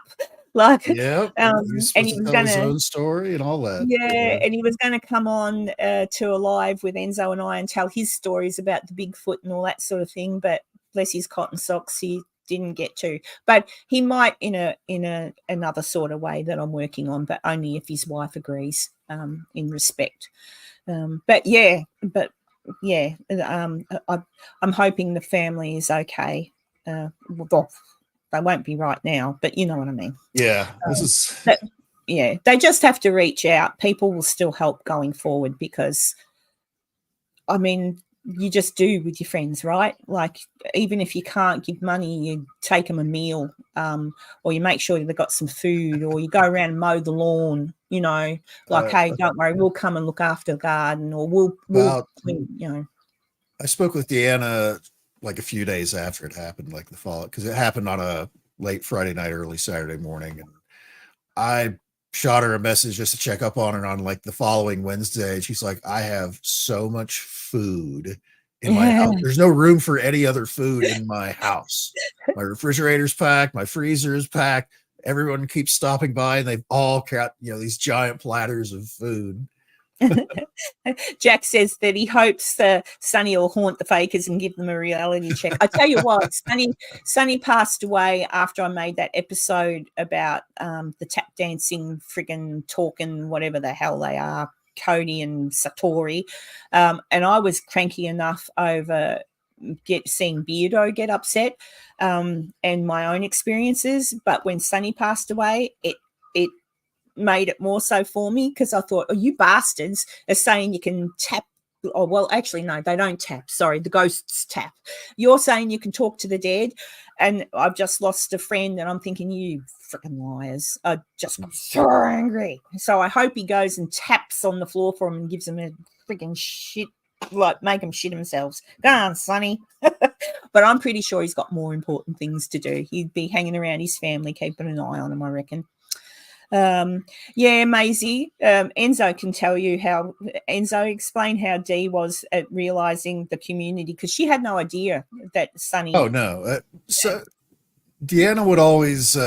She doesn't have anything to do with social media or anything like that. That's why she reached out to me and she's like, "Can you contact Sonny's online friends?" Because she was thinking like 3 or 4 of us that have been on the show and things like that. And I spent a couple of days trying to reach all the people that I knew that were closely associated with Sonny in the past to tell them the news, and just more and more and more. And we did multiple remembrance shows over the last couple of weeks where we'd sit and just talk about some great times and all that, and a lot of that came out to her by seeing this GoFundMe. She had no idea that there were so many people out there that just loved it. Because she was like, oh, that's your internet thing that you do out in the garage. She didn't really pay that. She knew that he did it. She knew that people watched it, but she didn't really have a sense for how kind of big it was. So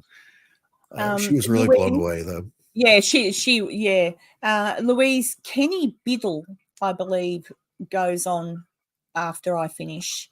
Kenny Biddle's a skeptic, and he's on every Friday night in America. So he'll be on a bit later. I'm not quite sure how long after me, but I have a bit of a gander at Kenny Biddle.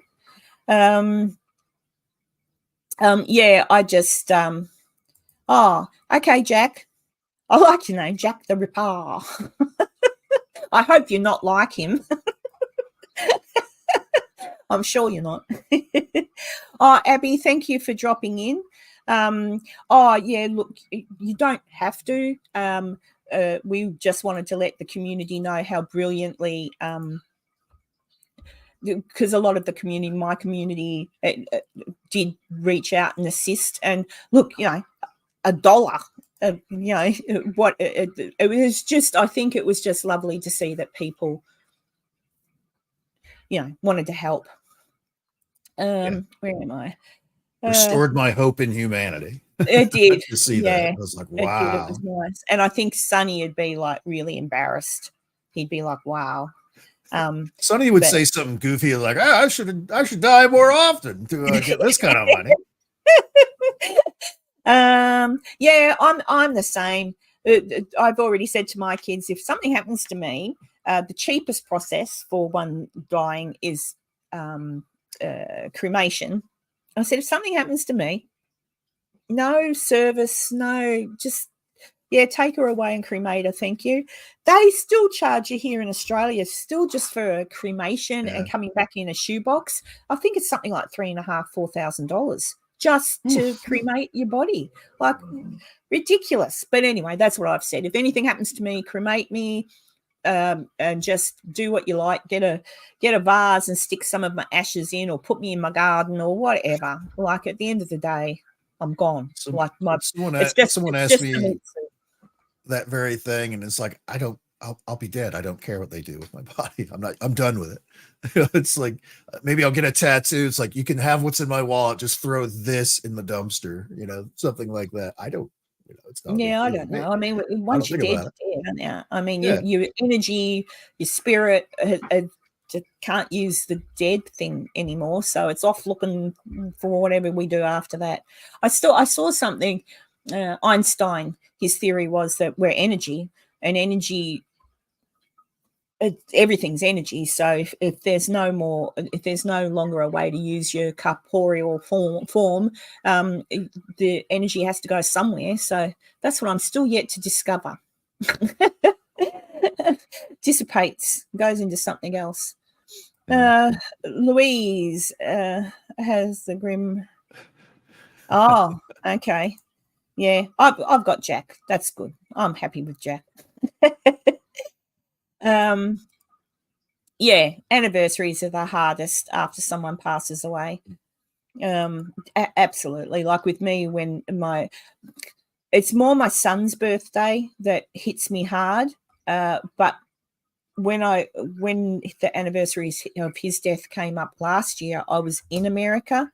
I was staying with my friend Connie, and it actually did hit me really hard. That and I don't know why in particular, but really hard. But at least I was with friends, so that was good. And I got big cuddles because that night I went out for dinner at for anybody who might be in America and does go to Virginia City at some point, my favorite restaurant there is the Cider Factory, and they used to be up in B Street, right up at the back, in an old cider factory, hence the name. But another friend of mine, Alexia, had the Canvas Cafe. She's no longer doing the Canvas Cafe. The building, however, where she had the cafe is now going to be the home of the cider factory. Best food ever. And Judy and Dustin do the cooking and serving and waiting and all that sort of thing. And that night that I was really upset about Stephen, that was actually the day, like the anniversary of his death.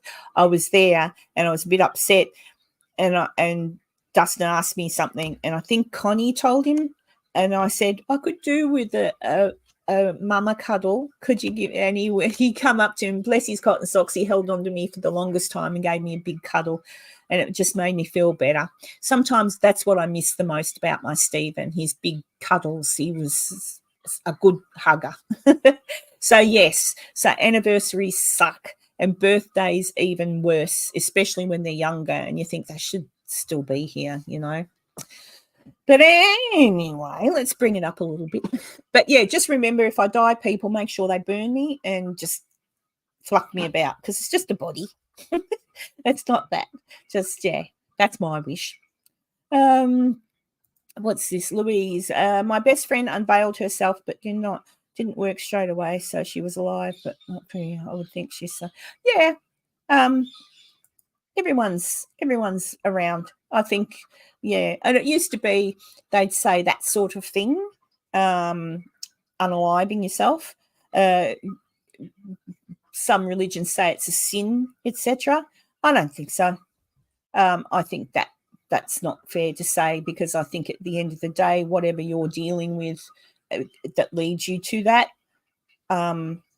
sometimes, why would they, like, if someone's awfully sad when they do that, why would they be punished for being awfully sad when they pass away? I can't imagine that. I think they would just be welcomed into the little world of the cosmos and spirit world and given a big hug and told, don't worry, you might get it better next time if you want to go back.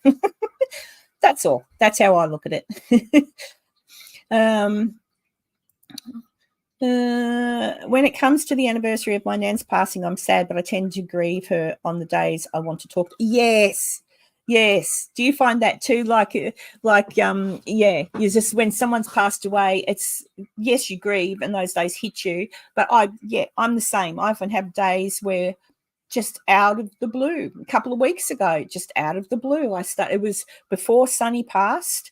And I was just not having a good day and I didn't know why. And then all of a sudden, I was crying and I had a really bad time. I was getting, I think I actually ranted on the Facebook, which is not like me. And I just sort of thought, oh, people can be horrible. And my son rang me and he said, what's wrong, Mum? And I went, my other son. And I just, and it was Stephen. I missed Stephen. So everything else was making me feel bad. So life sucks, and then sometimes life is wonderful. At the moment, life is wonderful. I think so. And look at all you lovely people that come in and chat and stuff. Like, we've got a pretty good world that we can be all around the world, far away from each other, but it's a Friday night or whatever. And, you're all kind of sitting there relaxing at home and think, oh, I'll watch this crazy Australian lady and Enzo, the science guy, have a chat about all sorts of random subjects, because it is doof paranormal, but I usually just keep this to, like, let's just chat about different things and have a bit of fun, eh? And try and cheer up. Says me, who's just gone, oh, geez. Oh, thank you, Abby. That's lovely of you. Thank you. And Dee will appreciate it. She really does. Someone said something to me. Oh, legally blind guy. Are you?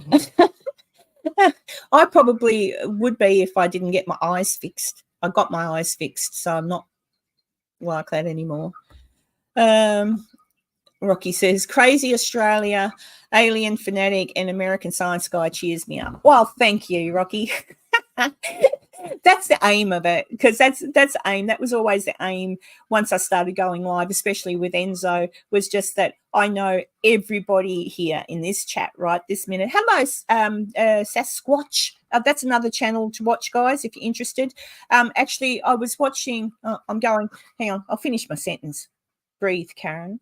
The reason I do this channel is because everybody in this chat at some point has had a rough day, a horrific week, or something horrible's coming up, or they're worried about something. The last thing, although I have my little rants, the last thing I want for anybody who comes in here is to feel sad and get more depressed. And yeah, I do touch on some subjects sometimes, but I try not to, but sometimes I have my little rant. You know, we know what we really don't like around here. You're enjoying your day, everything's going your way. Then along comes Debbie Downer. Always there to tell you about a new disease, a car accident or killer bees. We beg her to spare you, Debbie, please, but you can't stop Debbie Downer.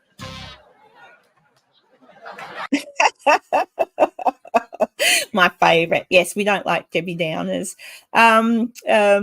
Yeah, but that's what this channel is for. So and there's a lot of people here who know that they can reach out to me via my email, and I'm always happy to listen if for whatever reason you don't have anyone to listen. Do you know what I mean? Like there are some people there that just don't have anybody. So I'm always yes, that's where Debbie Downer comes from, Saturday Night Live. Oh, I'm pretty sure Debbie Downer was a thing before that, Sure, but probably. that's the, yeah. I love Debbie Downer. Some people don't. If we play it when they're being a Debbie Downer. But yeah, and generally if anybody comes in the chat, I have had it happen a couple of times where people come into the chat and get a bit weird. And I think, no, that's not nice. Like they're obviously just... So Enzo will play that for them if need be. I saw a Sasquatch. Where is she? There she is. I had that up. Nikki. Nikki, yeah. Nikki, I was rewatching some footage of Sunny where he's showing you footage of his, Bigfoot paw prints and everything. I'm popping something together, and I'm going to check with Dee first if she's happy for me to pop it up or whatever. If she's not, then she can just keep it for herself. But just his stories about the Bigfoot and the Skinwalker and the alien spaceship. I'm just going to put it together. I was thinking of doing some animations, but then I didn't know if that would be right. But then I never got to do my 5 haunting questions with Sonny. I asked him and he was going to do it, but then he got busy. And I thought, Sonny would like me to do animations for him, surely. So I still might. We'll see. And then I'll make it, and I'll check with his wife if she's happy for me to put it up. But you'll be in it because you're in a part where he's talking about his pouch and stuff. So just letting you know that you'll star in it. And Jess had, when I was watching it, that dire wolf. I've never heard of a dire wolf. What the hell is a dire wolf? It was a footage that she had of the great big, not Jess, Nikki. Sasquatch. Enzo, Nikki. It's Nikki. Yes. Isn't it? Nikki. Yes. I don't know where Jess came from. Nikki had footage of a big wolf. Humongous. It must have been enormous because the dog that was chasing it looked big. Is that what it's called? Dire wolf in games of... Well, they're real, Tanya. Nikki's got footage of it. You should show that again, Nikki, when you go live. Actually, when are you going live, Nikki? Because someone was asking if anyone was going live after I pop off. Yeah, wow. I'd love to see one. Normally on Sunday nights. Oh, okay, Sunday nights. But most beautiful looking wolf, like furry and huge and black and massive. You wouldn't want to get... You'd be gone. If that grabbed a hold of you, you'd be dead. You wouldn't be able to escape that. What do you reckon? I don't know, but yeah. But anyway, I can't remember what I was saying now. But I loved SNL. My kids and I always did crazy pranking and laughing at everything, having fun. Laughter is the best medicine, having a good old laugh. That's why sometimes Tanya and I get a bit cheeky in here. Well, Tanya starts it generally. And Maisie's pretty good at being cheeky as well. In the chat, but that's what I mean. Have a bit of a laugh, say a few silly things. I saw a Great Dane once when I was tiny. I can still remember. I've seen them since, like grown up. Then they are tall, but whatever this thing is, this dire wolf, even bigger than a Great Dane, quite frankly, it was friggin' massive. Actually, Sonny said the wolf he saw, which he thinks might have been that actually, came up to his chest. So, and he was 5'7", he said, Sonny was. So I'm 5'7". So if something came up to my chest, that's huge. But yeah. Here's a comparison picture I just found. Oh, good. Let's see. Oh, here we go, guys. Check it out. Look at the dire wolf. So there's your normal husky, your grey wolf, which are the white, but look at the size of that. Well, that's about right, because Sonny said its head came up to his chest roughly, and that's a 6 foot tall thing. So he had when he retold his story, he had no idea where the hell that would have come from where he lives. Like, where the hell did that come from? And he said it was like a 2-hour drive to go to up in the mountains where he goes hunting at, which is where something like that would live. Yeah. I don't know what this thing's doing down here. Oh. Legally Blind says I mentioned Benny Hill, so now I have the song stuck in my head. Yeah, I can't play it. I'll get copyrighted for sure. I used to like that. Yeah, whenever they would chase things around. When most Americans think about the UK, that's one of their first references. It's is Benny Hill, Monty Python. If they watched a lot of PBS, maybe some Faulty Towers with John Cleese and things like that. Yeah, you get foxes in the UK. There's a lady I watch on the YouTube. I think she only does shorts though. I don't know. She's got a YouTube channel. I can't remember what it's called, but she has the little foxes. She feeds them. They come to her house every night, and sometimes there's been a few that have had like sore eyes and stuff, and she's given them antibiotics. And I'm thinking she's my kind of lady. That's what I'd be doing too. Oh, there. She sent you the video of the dire wolf. Excellent. Watch this, guys. Thank you, Nikki. Yeah, and you should go check out Nikki's channel. Nikki can't put a link. Can you put a link after you find that? Can you put a link to Nikki's channel, Enzo, so people can check her out on a Sunday night? I think you said. Yes. Apparently, if there's anything you need to know, Sonny did say in his video, anything you need to know about a Bigfoot, and Nikki knows. Enzo's just looking for it. You found it? Okay, so guys, check this out. This is a dire wolf. I don't know what the kind of dog is that it's chasing, but it's a big dog. The thing with the dire wolf is they were thought to be extinct. They were around like Ice Age time frame. In North America, there are a lot of what they call megafauna, really big animals that went extinct at the end of the Ice Age, and the dire wolf is kind of lumped into that. Is it possible there might be one or two here in some deep woods? Maybe, but this is apparently what she played. Yeah, and just can anyone see my mouse? It's down. It's got its head down there in the middle of the screen. Watch this.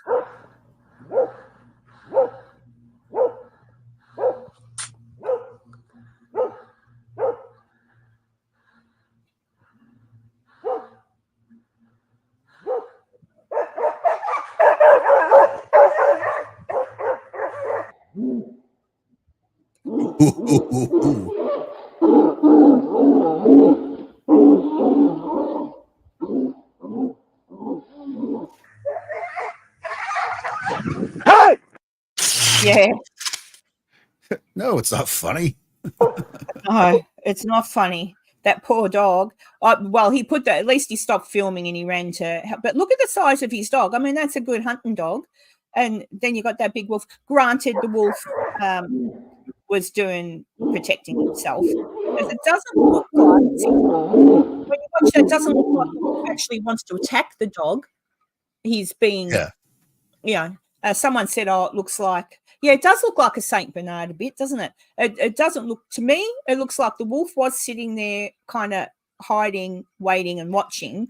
Right, because you can see here, you can see my cursor. Here's his head. You can see his ears sticking up right here. So he's maintaining the low profile. Obviously, you can hear the other dog barking at it.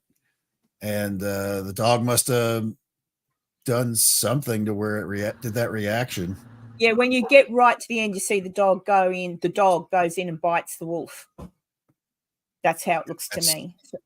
So when he goes right in, so the wolf's running away from him. Sort of he chases him and says, "Leave me alone."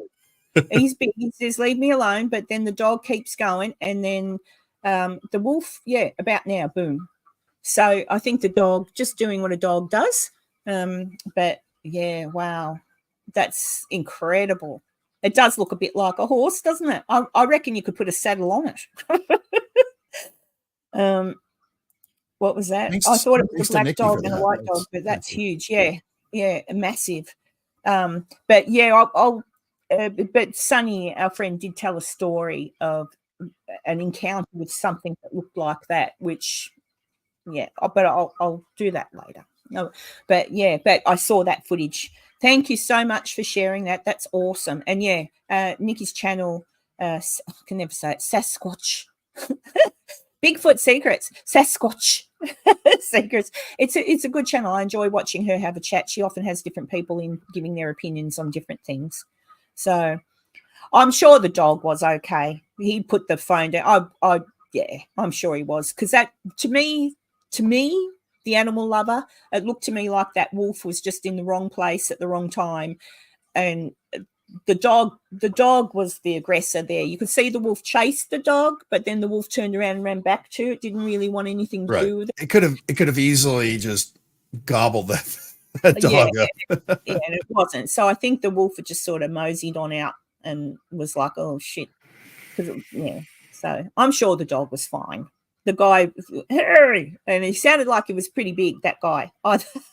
Yeah. So I'm pretty sure it was fine. Because who would put up a video of that if their dog had been, Right. hurt? Yeah. No, I don't think the wolf wanted to be there. So I'm pretty sure when the guy started to run, the wolf would have ran off. Good to know, though, because if I ever see a dire wolf, I hope I won't be in dire trouble. They're And, really big. because he's really big. I don't know what you would do in that instance. Just hope that, number one, don't show fear, I guess, because that's what they smell, isn't it? That's the pheromone that you put off. Like, I don't think I'd be fearful. I'd be like, oh wow, and then I'd think, oh shit, I hope you're not hungry. Yeah, exactly. But Wow, that's a beautiful, majestic animal. As long as it's way over there. yeah. So I don't. Yes, I know. I'm good with the jokes. I I saw know. it went from that down low to where it sprung into action. That's a lot of mass moving at you. That'd be bad and if news that, on be on the receiving end. yeah, but you have werewolves. I've seen Werewolf of London. You have you've got to stay away from the moors. Hound of the Baskervilles will get you. Yeah, don't go. What do they say in that movie? Don't go near the moors when they go to the Go on the moors. the Slaughtered Lamb Inn. The Slaughtered Lamb Inn. I'm pretty sure that's the name of the inn they go into, where they get told to stay away from the moors. But they weren't exactly friendly there with them either, so they did walk off. But I love that movie. Yeah, that's right. Werewolves of London. Yeah, ooh, Werewolf of London. That Had was a a good Chinese song. menu in his hand. Yeah. Yeah. Perfect. Oh, I don't know. I'll be the judge of that. Thanks, Abby. When I get there and walk in the moors, I've got to go for a walk through the moors, and then I'll take a look. Guys, this is me. There's nothing. The moors are completely safe. Just see two red eyes appearing out of the fog. It's like, Yeah. ah! She was last seen walking through the moors. Oh gosh. Let's have a look. The dog was doing what hunting dogs do, and if the wolf wanted it dead, it would have ended. Yeah, no, the dog was really lucky. Oop. Yeah, that's what I mean. I think that the wolf wasn't after the dog. The wolf was literally, I think, saying, "F off! I'm bigger than you. Yeah. Leave me alone," because he kept trying to go back to that spot where he was. So, yeah, that's why sometimes Australians will appreciate this. Sometimes Americans will see people boxing like the big kangaroos with dogs. And kangaroo tried to drown my dog in the dam. Kangaroo tried to kill my dog. So you see the footage of the kangaroo holding the dog, and then you'll see some big man come in and, I king hit the kangaroo or whatever to make it let go of it. What they don't show you is what's happened before that, the terrorizing of that animal via the man and his dog. It's a hunting dog. He's out hunting. Okay, he's out hunting, whether he's hunting a kangaroo or deer. He's out hunting with his hunting dog. The hunting dog does what it's told to do. It's not the dog's fault. But the kangaroo does what it has to do to protect itself, and that's how they protect themselves. They go into the water so that whatever's chasing them might follow them in, and that's how they deal with it. Or they'll kick with their feet and gut you, and that's what in one it was trying to do with the dog. It's being attacked. It's going to protect itself. So, so don't think kangaroos are horrible. They can kill you if you're doing the wrong thing. But, and you do have to be mindful that they are big wild animals.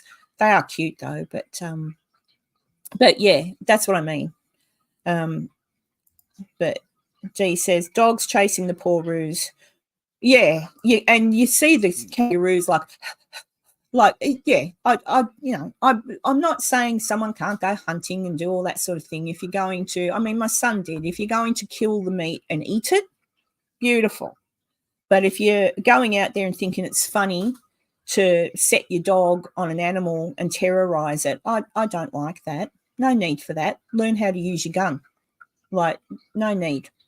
And so, that was another Karen rant. I just like animals, all right?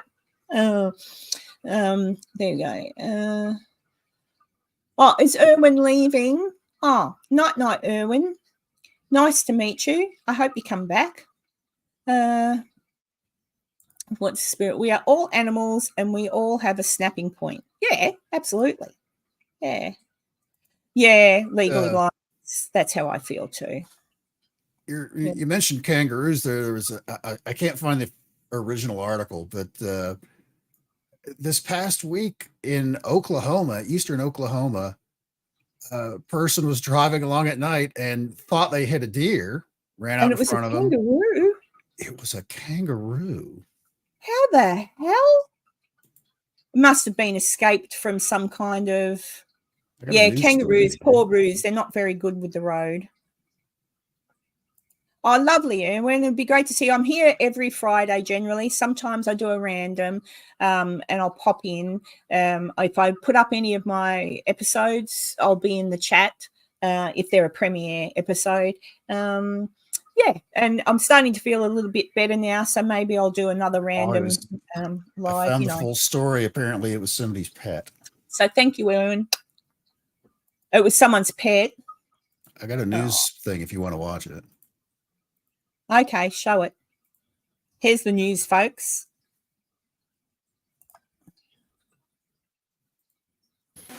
We have video of the kangaroo hopping down the road, and it was taken by a man who says he's been living in the Liberty area for about 20 years. And he was telling me that he could not believe what he saw during his morning commute. This is what I'm following down the road. A kangaroo. At Liberty, Oklahoma. One family pet on the loose. This video was taken around 5 a.m. this morning near Roland, Oklahoma. But minutes later, the kangaroo was hit and killed by a driver. One of the deputies called me this morning. Sequoia County Sheriff Larry Lane says the deputy drove to where a kangaroo was reported. Kind of went around a curve there on the rural road, and the kangaroo jumped out of the wooded area into the highway, and just as he was meeting another vehicle, the other vehicle struck the kangaroo. Sheriff Lane says the driver thought he hit a deer. The deputy said, well, that wasn't a deer, come over here and look at it, and he shined a light on it, and it was a kangaroo. So I guess the driver was pretty shocked. Sheriff says they were able to return the kangaroo back to the owner. I'm not sure how it got out of their property, but just like a dog, they get to be part of the family. The sheriff says the deputy placed the kangaroo in his truck, hoping to find the owner. And after a couple of hours, the family did pick up their pet. And I did speak with the family, but they say they're going through a tough time and they didn't want to comment on camera. I'm reporting in Sequoia County. Valerie Zhang, 4029 News. Thanks, Valerie. Now back to Enzo. Oh, that's sad. Look, that happens. But unfortunately, there's not usually every second day, even the road I drive down, there's a dead wallaby or a kangaroo on the side of the road. They have absolutely no sense. So far as having them as a pet, I would. They're smart. Like they're very loving. They're beautiful, beautiful as pets. Yeah. So I can imagine that they were devastated because they come. I've seen footage. There's tons. If you guys Google later, kangaroo in lounge room or kangaroo in family room or whatever, there's people that they have them. They from babies, from joeys, and then they bottle feed them, and then they grow up and they sit on the couch or the sofa. You know, they'll play with the dog, they'll play with the cat. Like they're beautiful creatures, and we're not allowed to have them as pets here, like. Probably for that reason. But the funny thing is they're knocking down, particularly where I live, they're knocking down all of the trees and putting up new estates. That's why so many of these little animals, and not just them, echidnas, which look like porcupines, echidnas, possums, all sorts of animals currently are being dead on the side of the road because I don't think our government is doing the best job to try and get a lot of these animals out and rehome them. They're just trusting that as the ground goes down, they'll just go. The problem is they've got nowhere to go. It's all right. It's just a toy. They've got nowhere to go. It's highways and all sorts. So these animals are getting killed. Yet the government won't allow you to keep any of them as a pet. Granted, if I had a pet kangaroo, they can jump pretty high and they need a lot of area. So you'd have to live on a farm to have a pet kangaroo, I guess. Having said that, Dee in the chat says, our Roo thought she was a dog, used to pick the cat up by the tail. Yeah. See, Dee's had one. Did you live on a farm at the time or a property, Dee? Because you probably read down to the very bottom. We rescued ours from a dead mother. Yeah. She just had fur, lived in a potato sack for months. Yeah. And that's the thing. Yeah, I haven't hit any yet. I've come close. I saw someone, I can't remember, apologies, I'd have to go too far back. I saw someone say that they would bang into a tree before they hit a roo.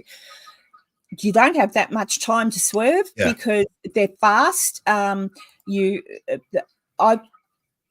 been lucky that I've seen one during the daytime, like what that guy did when he was filming it for that news story. If you see a kangaroo, that's what you do. You slow right down because the little things have absolutely no road sense. They don't. Mm-hmm. They just don't. So you go really, really slow, and they're very fast. So go really, really slow and still slow till you get past and then go because they could still run into front of you. Same thing with deer here in the U.S. Yeah, they got no road sense either. I do the same thing when I was in Virginia City. There was a whole heap of, there was a mama deer, a daddy deer. I didn't know they stayed together, mama and daddy, but they do. Mama and daddy and the babies. And they're on the side of the road. And I was heading down towards the Mackey mansion. And I'm going and I thought, oh, I think I was crawling maybe tiny, and they still walked in front of me and back and forth, and I'm like, oh God. And I was glad to get past them because I'd die. And I haven't hit a kangaroo yet. I came close. One jumped out in front of me and its tail, like it went boom, boom, and I was on the freeway, so it's come out, boom, and just its tail got tweaked by my front bump. There would be no way I could time stop. to react or anything, no time to react other than and then it went, and I went, oh, and my first thought was not, oh my God, I nearly had an accident. My first, oh my God, is it okay? And I'm looking in the rear vision and saw it. I'd be devastated. A car I can replace. I can't replace the poor little Roo and its baby. A lot of people hate them here, but I don't. I love all animals. What's Louise say? Enzo and Doof Doof. Animals were here before people, so surely we owe them thanks. They let us share. Exactly. That's how I feel, Louise. I love animals. I just love them. Are you ready with the bell, Enzo? Yes. Nobody's seen my baby today because he's asleep. There we go. Yes. This is one of my babies. I've got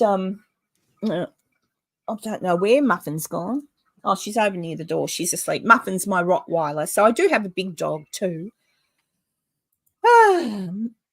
Wow. How do I say that? Maniac Buds.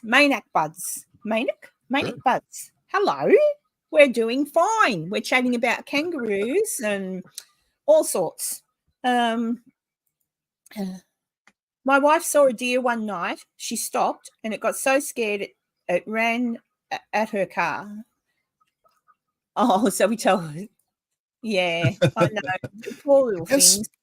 As far as deer go, I mean, what I've always heard, I don't know how true it is they see the headlights of the car and they think that it's a predator. They have like reflective eyes.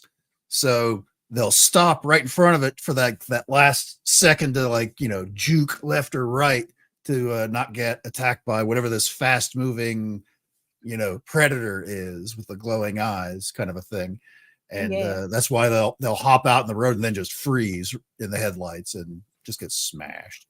Yeah. Grumpy Bear.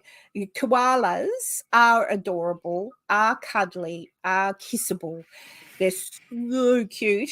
And I've cuddled a few, but if you're in the wild and they're frightened, they've got really long, very long claws. I don't know how long, but they're long.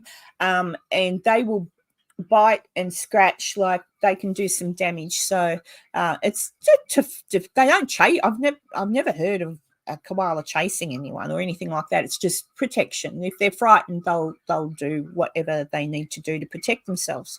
But they are very cute. They are very cute. What's Mike say? Mule deer have come at a car. Yeah. And that's, again, the poor little things. They just don't know. They're just protecting themselves. I wonder what it was like back in the day of horse and cart. I reckon you probably wouldn't have, unless the cart was going, your cart, wagon, whatever you want to call it, was going fast, you probably still would have had some close calls with deer. I don't know. They also, I think it's speed and noise there, where if you have like a horse and carriage or a cart or whatever it is, you can hear the horse, you can hear the wheels on the carriage and all that stuff for a distance away. Yeah. So they're probably versus a car that's doing 60 miles an hour down the highway. Yeah.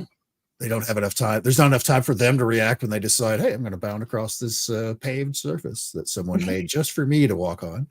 And, well, that's it. So I don't know. Hey, baby girl, we have that issue here too in Australia, not so much in the cities, but out in the country, where sheep and cows and things like that, if they're being transferred from different paddocks or fields, you can often have to drive through a whole heap of cows and sheep. I think Ireland has the same issue.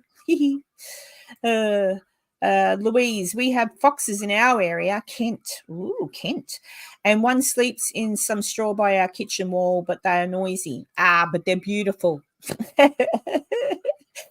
Oh, do you know what happened, Enzo? Chat. I was out the back the other day, and I'm very careful to try and keep everything, because I've got chickens and whatnot. I'm very careful to try and keep everything clean to avoid a rat or mouse situation. But I was out the other night, and Muffin, the Rottweiler's going woof, woof, and looking at an arch. I've got an arch with a vine growing over it. And I'm like, what are you looking at? What are you looking at? And she's like, woof, woof. And I thought, well, can't be a possum. I don't think I've got any possums, but I thought, could be. Maybe a possum's come in. Awesome. So I've got my torch and I'm looking. It was a rat. But the rat's looked down at me, and I've looked up at the rat, and I've gone, oh, hello. I wasn't expecting you. And it just sat there for the longest time looking at me. And I went, okay, all right, well, don't get too comfortable. And I just walked inside. And then another thing that happened a couple of weeks ago was, again, Muffin was woof, woof, woof, and both dogs are. And I went out, this was weeks and weeks ago, and I went out, and there was a rat on top of the bird cage, like not moving because the dogs were going at it. And I've gone, oh, guys, and this little rat, and I thought it's either going to jump at me, jump away and get chased by the dogs. What's going to happen? And I thought, oh, bloody hell. And so I went up, and its tail was there, and I'm thinking, I'm getting closer with my hand. I'm thinking it's either going to turn around, bite me, or run. But it didn't do anything. So I picked it up by its tail, and the dog's jumping at me, and I'm like, you can't have it. And I've walked over, and I just put it up on the fence and said, go, be free.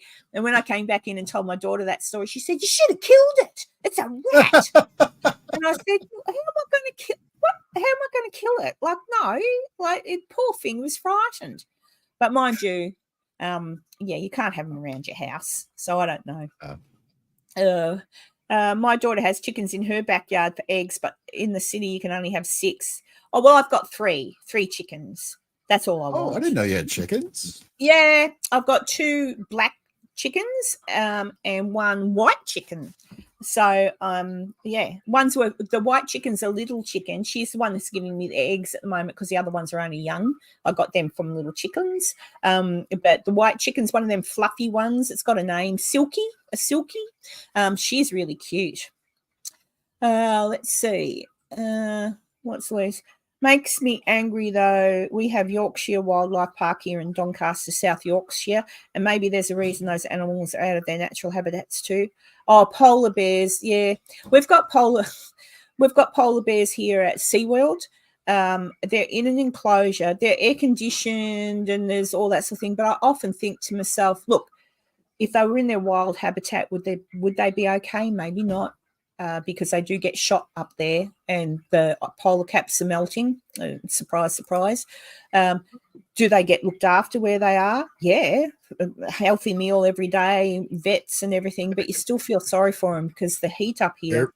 They're very, very dangerous, though. They're, yeah. We were talking about the dire wolf earlier. Polar bear's way bigger, and they're pretty smart, too. When they're hunting prey, they know enough to hold their paw over their nose so that it's more camouflage. I'm about to butcher this, but I'll try and say it. Fashante do? Fashante do? I don't know. But thank you. If that's just because I didn't kill a rat. I can't kill a rat. They're kind of cute anyway. If you really look at a rat, they're kind of cute. They're fluffy and they're soft. And my daughter used to have pet rats. And they're very smart, but yes, you can't have them coming into your house or getting into your roof. And, if they just understood that they can't come into the house, they can't get in my roof, they can't go in behind the air conditioning system and chew, just don't do that. And I'm happy for you to come and clean up any mess that the chickens or the birds leave behind. Just don't come in my house. I don't like to kill anything. I feel so bad. And we have here too, we've got rats, but we also have our marsupial rats, which are very different. They're very fluffy and they're really cute. And I'm so scared I'm going to accidentally. I don't know. Rocky says rats are not cute. Mostly I've had a rat. When you've got an infestation, they're not cute. I'll agree with you on that one. Okay, that's when, all right, even I would have to do something because you can't have that crossover. You can't have rats and mice in your house. They smell and they destroy things. But if they're out and about in the bush, it's fine. It's like me, like I say all the time. If you go into the ocean and get eaten by a shark or stung by a blue bottle or whatever, it's your fault. You just went into someone else's house. Right? Bad luck. Not nice, but bad luck. Same as if you go into the bush where there's lots of snakes and creepy crawlies and you get bitten. Your fault. You just walked where other things like that live. So if a rat starts infesting my home, sorry, rat, your fault. You've come into my house. But otherwise, I'll leave them alone. You're almost there. I'm half French.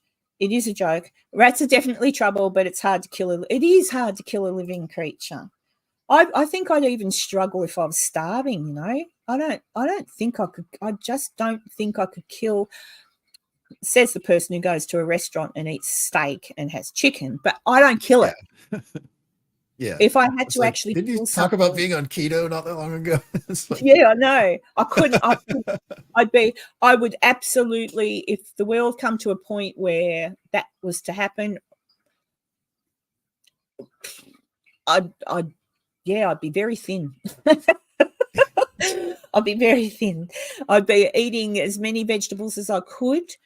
I'd possibly maybe be able to catch a fish. Maybe. I was about to ask if fish were okay because that is a line for a lot of people. It's like mammals, no, or basically anything with a face, but fish, no. Yeah.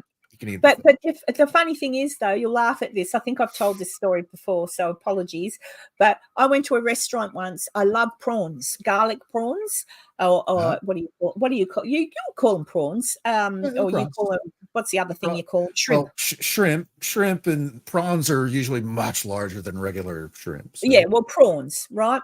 So I love a garlic prawn, and I went to a restaurant and I said, "Can I please have the garlic prawn?" Yep, no worries. Anyway, the girl brought out a dish with lots of rice and veg, and sitting on top were three garlic prawns, but like in there, like they were all their shells and things and eyes, and I've like a lobster, gone, yeah, it wasn't lobster, it was some kind of big prawns. I just hadn't shelled them.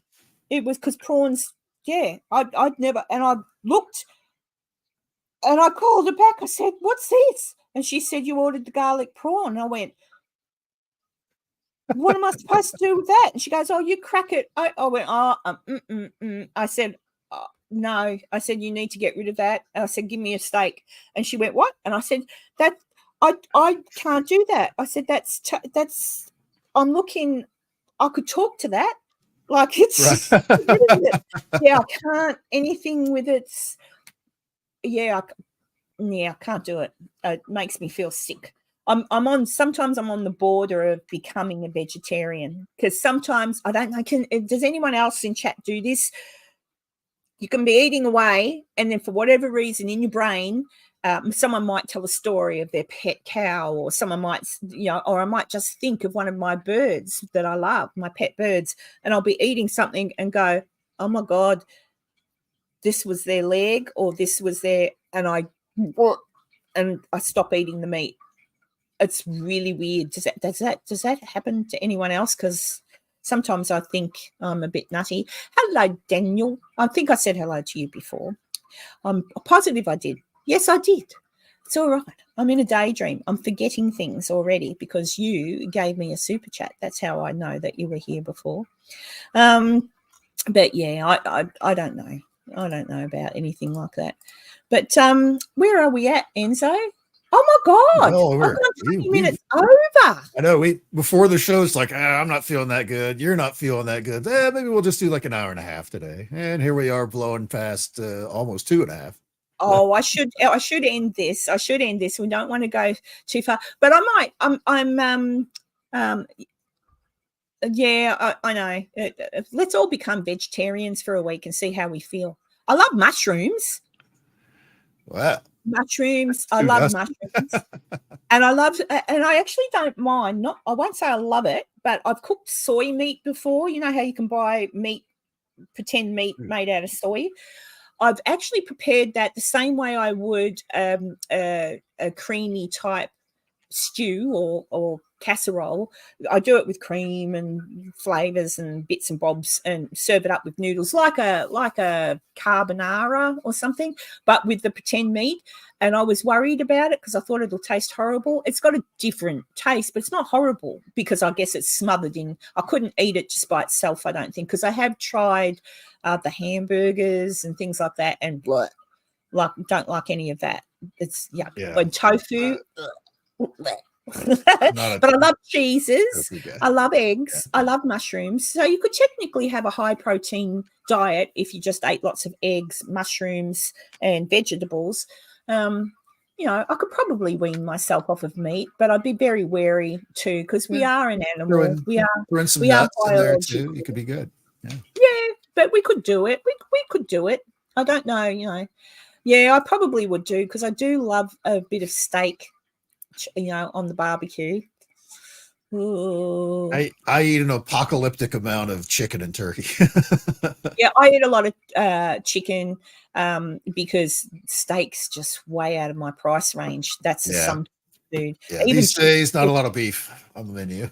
Yeah.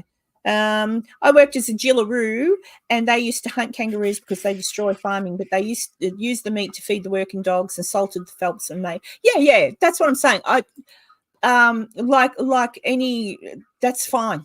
If you're going to utilize the whole animal and use every part of it when you kill it, that's that's fine, because that is a survival thing. And that was actually something else. I was listening to the stories from the Navajo, and because they do hold the fact that they have to kill an animal to eat. They're very particular in their teachings that all of the animals to be used, because it's the thanks to the animal, because the animal has given its life so that you continue your life. And so everything about that animal, in the killing of it to the eating of it or whatever, is a sacred thing. So yeah, like if you use everything, at least you know, and I don't know, still I don't think I could kill anything, but I don't know, we'll see what happens when the apocalypse comes. I'm just going to go bush anyway. If that happens, I'll take all my pets in the car and head off bush and take some potting mix, some fertilizer or whatever, and just go bush. Mix. Yeah, and I've got some friends that are Aboriginal, so I'll go and grab one of them and say, "You'll come and walk about with me," because they'll know all the different bits and bobs in the bush that I can eat and can't eat. So yeah, I'll work out how to make fire with sticks. Oh dear. Oh, you can come too, Enzo. Oh, thanks. Yeah, you can It's come kind of too. a walk for the apocalypse. It is a bit long. Yeah, in an apocalypse, it'd be hard, wouldn't it? Oh dear. Sorta Rican, hello. How long have you been in here? I didn't see your been name. here a I'm little sorry bit. if I've missed anyone who's popping in. We are getting ready to go soon. I've gone over time. I like to keep it to 2 hours so I don't bore everybody, but there you go. Enzo, have you ever heard of the Mintalk project? If so, opinions. Oh, do tell, Enzo. What's that? It's the Montauk project. Oh, Montauk. From Isn't that Montauk Indian? Point. Yes, probably originally, but Oh. it's in reference to what was it called? Camp Hope. Basically, during World War II, the farthest east point of Long Island, New York, they had a radar station out there that at Montauk Point, and I want to say it was like Camp Hope or something like that. But there's a lot of stories about things that went on there. Some of them mostly true, some of them hard to believe. Weighing that is also there's a couple things have happened there. The parts that are kind of true are Camp Hero. That's what it was. The ones that are most likely true is they did a lot of experimentation on homeless people, let's say, where that's where your what was it called? I keep wanting to say BTK, but it wasn't BTK. That your MK Ultra experiments came from, where basically they're like, "Hey, come with us. We'll give you a meal or whatever. We're just gonna do a couple things. We're gonna have a doctor check you out," and they crank them up full of acid and wacky stuff, and just put their mind in a blender and see how they react. Those kind of really unscrupulous kind of things. Wow. And sounds like the island of Dr. Moreau. Not far off, but there's also stories about Camp Hero itself where they might have had something along the lines of like time machine there, kind of like from the old like time tunnel TV show where they had some type of portal device and maybe aliens were involved. And there's a lot of stories about that. A little harder to prove. But certainly a lot of people have come forward with stories on it. Do I believe the MK Ultra stuff? I totally believe, because there's been that wrecked a lot of people, and those people, some of them did survive to tell the tale. So that kind of stuff, I do believe they did that kind of medical experimentation on people back in the day. But the time travel stuff, I mean, they're great stories. That's classic. That is classic Art Bell stuff. Wow. Tales. My fiance, who died, grew up on Long Island. He took me all around into the Twin Towers when they were still there. Oh. Yep. Sorta Rican says there are documents of our government doing really. Governments usually do. Yeah. When I was nursing, I was also told of different experiments that they still do. I've seen footage of horrendous things done to animals. and people laughing while they do it. I'm like, you're sick. Like, you know, there's that classic one. Oh, I won't bring it down too much, but the classic one of, I want to say it's a spider monkey.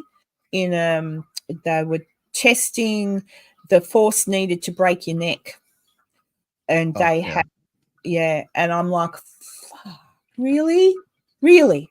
And then after they do it, and the poor little thing's whatever, paralyzed, dead, whatever the hell. Yeah, you know the one I'm talking about, Dee. I'm like, the scientific community is a necessity in some regards, but some of those people, I would love to do back to them what they've just done. They disgust me. One day, animals will rule again. Us silly humans will probably kill ourselves off. But Louise is correct in her comment that a lot of those stories of the Montauk Project and stuff like that, that's where they came up with the basic premise for the TV show Stranger Things on Netflix. Interesting. Yeah, I don't know what we can do as regular folk, because all of this sort of stuff is generally hidden from us, and we're the people that vote all these crazy people in to govern us. Oh, I don't know what the answer is. Bring on the aliens, I say. Just come on down in your big ships and say, everybody, this is what you're going to do, or we'll laser zap you. Oh. Yeah, the aliens can come and govern us. The aliens can still type aliens. Okay. At the giant they're nice robot aliens. will zap us. Yeah. Oh, yeah. Well, they can zap the naughty people, so watch out. And they'll know because they can read your mind. Aliens will come down and they'll be able to read your mind. If you're not nice to animals, zap. If you're not nice to each other, zap. Where's Loz? She's probably gone. This is where I generally say you get your misting spray and just bad human mist, like, and you're gone. Get rid of cars and bring in something better for the environment, but I don't know what. We've gotten so used to being able to travel far distances that it'd have to be, I reckon it's just time they invented the thing that transporter, like on Star Trek. Yeah, so you can just be in your house. Yeah, you can just, I need to be at the supermarket, and you're at the supermarket. I want to be at the zoo, and you're at the zoo. So there's no cars. Why go to the supermarket? You can just program the computer, beam me this, and these groceries right to the house. It's like, I suppose you could do that, but I can do that now. I can order it and have someone deliver it, but they still have to drive in a car. Or they could invent, like they have on Star Trek, where you don't even have to do any of that. You've just got the replicator? Yeah, just say, well, tonight I fancy. Well, the replicator uses transporter technology. That's how it works. It's basically just taking the atoms from something else that it's scanned and reassembling them. That's why you could have whatever food you like or whatever, if you wanted a book or tools or whatever. The aliens see our planet and do a detour. Actually, I don't think they detour away. I think they come down and go, are these people crazy? What are these things? It's like passing a car accident. You kind of hate to look, but you kind of have to as you're driving past. Actually, yes, sort of Rican. I agree because, Jose, sorry, I know who you are, but so people know who I'm addressing. That always fascinated me, even as a kid, when people would refer to people who come from another country illegal aliens. I used to think, are they?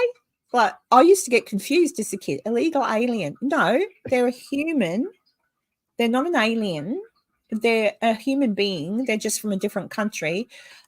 Just say illegal immigrants, or they've immigrated illegally. Don't call them aliens. Yeah, Jose, I'm with you. Let's get these aliens down here. I reckon they could clean up our act. It could be a bit scary at first, but long run, I think they're the ones, look, aren't they cute? I mean, I think they're cute. Look at that little green one. You're talking about the Twin Towers. I have to say, I still, as Enzo would, as all of us would, I still remember exactly what I was doing, exactly what was happening when I saw that. And continuing to watch it on the news because it was everywhere. but I still, when I'm watching Friends, if you watch old episodes of Friends or any other old story set in New York and you get a glimpse of them, and in a few movies too, I feel so sad every time I see that. And I think, yeah. I graduated high school in 1985, and we did like this senior class trip, which went to like Baltimore, Washington D.C., New York City, and all that. And we went up into one of the world's, the World Trade Center and the Empire State Building, all that stuff. And years later, which now would have been about like 3 years ago, my parents and sister and all that were cleaning up in the house, and they found a box of some of my old stuff sitting around, and they opened it up, and this was on the very top. It's a brochure from the World Trade Center. Wow. Oh, that's like, what you had. Yeah. It's like, oh no. Yeah, Weird, it was shocking. It's even more shocking. I won't talk about it, but it's more shocking to think that it was actually not what it was said to have been. Horrific, not surprising or anything like that, I must admit, which is even more horrific, that I wouldn't be surprised if it was a setup, so to speak. But fuck, that was shit. And the world became such a different place after that too. Like, everyone was looking at everybody, like everybody was frightened, and it was so sad. Tanya says the irony of that brochure. Yeah. But anyway. Oh, did you see that? When did you graduate? Age 10. You look way younger than me. I don't know how old you are, Wisdom, but I am 56 years of age. He's a young whippersnapper. Yeah, watch out. No, actually, I'm surprised my friend Holly isn't in here today. I actually put, I'll tell her to look later, but where am I? This side. Just here is a little drawing, and I've got to get used to it. And up here is another little drawing and a little card that was given to me by her daughters, Aurora and Stella, for my birthday. And I thought I'll put them up there because they were just in my bedroom, but I thought I'll put the little drawings up there. If Holly comes in, she can tell Aurora and Stella that their drawings are now on my shelf with my other treasures. Oh, you're a baby, Wisdom. You're a baby. I'm 61 now. It's just downhill from now on. But that's all right. I'll age with grace. I'm unfortunately lost my baby mother. Oh, crap. Oh, my goodness. Dude, how? Is she okay? I hope it says, hope. Are you just hoping that it's just stitches? What kind of dog? Oh, do tell. Type it in. I hope she's all right. Was it a dire wolf? I hope it wasn't a dire wolf. She wouldn't be. Yeah. Oh, geez. I hope they've caught the dog. That's horrible. Yeah, that's because if it was like a wild dog, it's like, they're going to automatically go to the rabies shots. Rocky. Oh, you're a baby. 26, Rocky. That's right. My kids are my youngest. Oh, Sunny Sock, who comes in here. I have shirts older than that. Yeah. Do you know what happens too as your kids get older? I keep forgetting how old they are now. I can't tell you because I just forget. Sunny Sock, I'm sure if she's listening, I'm pretty sure she's 19 this year. I hope, because she's still my baby. I'm pretty sure she's 19 this year. Then I've got a 20-year-old. I know she's 20. She'll be 21 this year. My son Alex, oh gosh, I think he's going to be 37 this year. But I'm a shocker. I'm just terrible with ages. I keep forgetting. Like, I still see them as my little babies. I don't think I like that so much, but I do. They're still my little babies, and I forget. Like, I took them all out yesterday to pick up the new car, and I'm still in mummy mode. Like, there's everybody does that. Player. Yeah, but there's a DVD player in this, like, that you can pull down. Like, came with the car, so to speak. So you can pull it down and you can put a disc in. I said to Gabby, who's my 20-year-old, I said, "I'll come out with me and help me work out how this works." So I put a Doctor Who disc in because that's all I had in way of DVDs. And we're farting around with it. And I said, "Oh, well, that'll be good.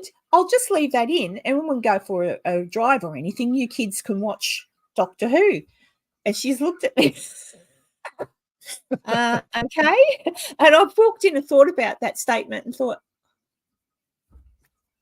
they're grown-ups. So I'm pretty sure they don't want to watch Doctor Who on a DVD while mummy's driving them around. Right. It's the strangest thing. But anyway. If you think about, and this is like one of those problems out of Hollywood, is if you think about like a TV show or a movie or something like that, where you see a very young actor or actress, when they're kids, you're used to seeing them as that little kid. And then, they hit puberty and go through their growth spurt and usually don't act in that because they change so much. Between seasons and stuff like that, and then you see him kind of as that young adult. You're like, ugh, what happened to that cute little kid I remember? That's not you anymore. 66. Oh, right. Clickety click 66. I don't know. There you go. Yeah. Oh, look at that. Nikki will be 54 tomorrow. Happy birthday. Happy birthday, happy birthday, happy You got a happy birthday here someplace. Yeah, play it. Yeah, here we go. Yeah. Here we go, Nikki. Nikki from Sasquatch Secrets. Tomorrow, this is for you. Yeah.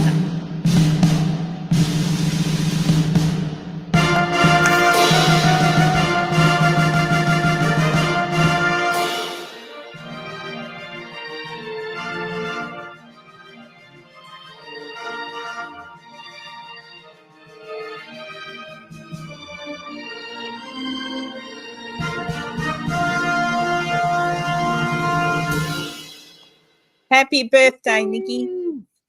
There you go. See, we're from the same era. We get it. We get each other. There, she loved it. Oh gosh, are we getting close to mid? I suppose I should. Oh my God, I've done it again. Oh, this is silly, but we're having fun. I suppose we've been having a good morning. So, but I probably should end this and let people get off to bed. All right, let people get off to bed. I'll go out and play with my new car and figure out what all the buttons do. It's not a brand new car. I couldn't afford that, but insurance paid out, so I was able to get a good secondhand car without having to worry about a loan. So with a bit of money left over to help with my trip to America. So there you go. See, just concentrate and things can happen. It's always see the positive in the negative experience. It's a Toyota. What did I say it was? A Toyota Estima something that starts with a. It's a Japanese, made for Japanese market only, so not made for Australia, but it's an import, but they come in cheap. It's a Toyota, so, and it's only got 61,000 kilometers. I have no idea what that is in miles. I can't remember if a kilometer is more than a mile, but anyway, it's low kilometers, so I'm happy with it. It should last me ages. Yeah. Well, baby girl, I'm going to be in Virginia City in the month of July. That's where I'll be. I am having an event. I'll play that on the way out if anyone's interested to have a look at that again. Outro. Yeah, I'll play that for the outro, and you can have a look at what I'll be doing in Virginia City in July. But I'm there for July. And then I head over to England in September. I sound like a real jet setter, but I can tell you now that's probably my last traveling. That's going to probably be my last hurrah until I can save up more money, maybe a little bit down the line. But so I'll make this a very special time both times. And hopefully people can come and visit me here in Australia. I have a spare room, sort of. It's this room. It's a big garage. And I've got. Wait. We went from a spare room to the garage. That's a little different. Well, it's the garage, but in the garage, I've got. This is my desk setup, but I've got a big double bed, a new one, a new mattress, new double bed, bedside tables, a beautiful white chair. Is this where all the animals sleep too? No. And I've got a refrigerator, and I've got another table that if someone was staying here and didn't want to wander down to the kitchen, they can boil up themselves and make themselves a coffee, that sort of thing. It's kind of, there's somewhere that people could stay if they came to visit, like you, Enzo. You could quite easily stay here. Yes, you'd have to put up with, you ready with the bell? You'd have to put up with this little person looking at you. Oh, well, he wouldn't look, would you? Oh, I woke you up. He wouldn't look at you. He'd go, rah, rah, rah, rah, rah, rah, rah. Yeah. Oh, did you like the thumbnail for the live? Us running I from saw the it was in wood? there. Yeah. Yeah. Part of my reason for doing the van thing is I'm quite allergic to cats and dogs. So most of my friends have cats or dogs. Oh, you can come stay at my place. Oh, Like, so you have to sleep in the van. Oh, it's all right. Well, then if that's the case, oh, well, that's no good. Bloody hell, Enzo. There you go. All right, people. See, everyone's got guest rooms. Yeah, the only thing, I don't know if anyone else is like this. This is my guest room. I turned it into a studio. Yeah, I'll end it on this because I do have to go. But when I have people come to stay, if they're like me, and like to kind of keep to themselves a bit as well, because I like to keep to myself sometimes during the day, just have quiet time because my brain's always going. It's great, but if I feel like I have to entertain somebody, like oh, where are we going today? What are we doing today? What can we? Right, it exhausts me. I know it's weird. Some people here who might have like, I don't know. I've obviously got some kind of disorder, but I do get a bit mentally exhausted. But I've had people stay here for ages. Like my son can stay here with me for as long as he likes. He's my son, so he knows he likes quiet time too. And it's different. It's a child. I can have a friend stay here. I've had friends stay here for days, and it's been fine. And then other times I've had people come to stay, and I'm exhausted after one day because they're different. They're different in their approach to, like, they're, oh, let's go, let's do this, let's do that, and I'm like. So I don't know. I'm pretty sure other people are like that too. I'm probably not the only one. Wisdom says I'd like to come. Yes, Tanya is meeting me in August. She's going to get the biggest hug, and I'll take you out for tea, or well, we call it tea, dinner. Yeah, I found somewhere yummy to eat now, so that's good. Yeah, and it doesn't mean that they're really high maintenance. It's just like they're used to just more outgoing maybe than me. I don't know. I need therapy. Well, having said that, I probably do need therapy. And I feel so much better now too. I've actually enjoyed this chat, even though we've gone a bit longer than normal. I've actually enjoyed this, and thank you to everybody. Let me just gonna say again, Sarah, fantastic. Publishing, Tanya, and Louise Parry. Why do I want to say Lewis? Louise, if you're still in here, thank you. Daniel might have gone to sleep or having his dinner, but thank you, Daniel, for the super chat, and thank you, Spirit Search Australia. Thank you so much. And she was in that super chat. She did send us positive healing. Well, it worked because I'm feeling much better. So thank you for that.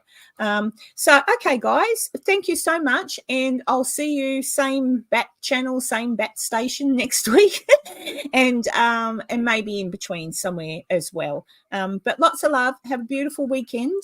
And I'll see you all next week. And I'm going to play, for those who didn't see it, I'll just play the little exit thing. So how do I do that, Enzo? Play that first and then hit end stream. Well, you hit play on the video, let it play, because it has like this tiny little blue bar at the very, very bottom of the screen. You'll see it until it's done, and then you just end show or all right. Well, you might see mine. I'm not very good at doing this. You might see mine and Enzo's heads. Don't put your finger in your nose for that second, like a. Yeah. All right. But thank you, guys. And I'll see you soon.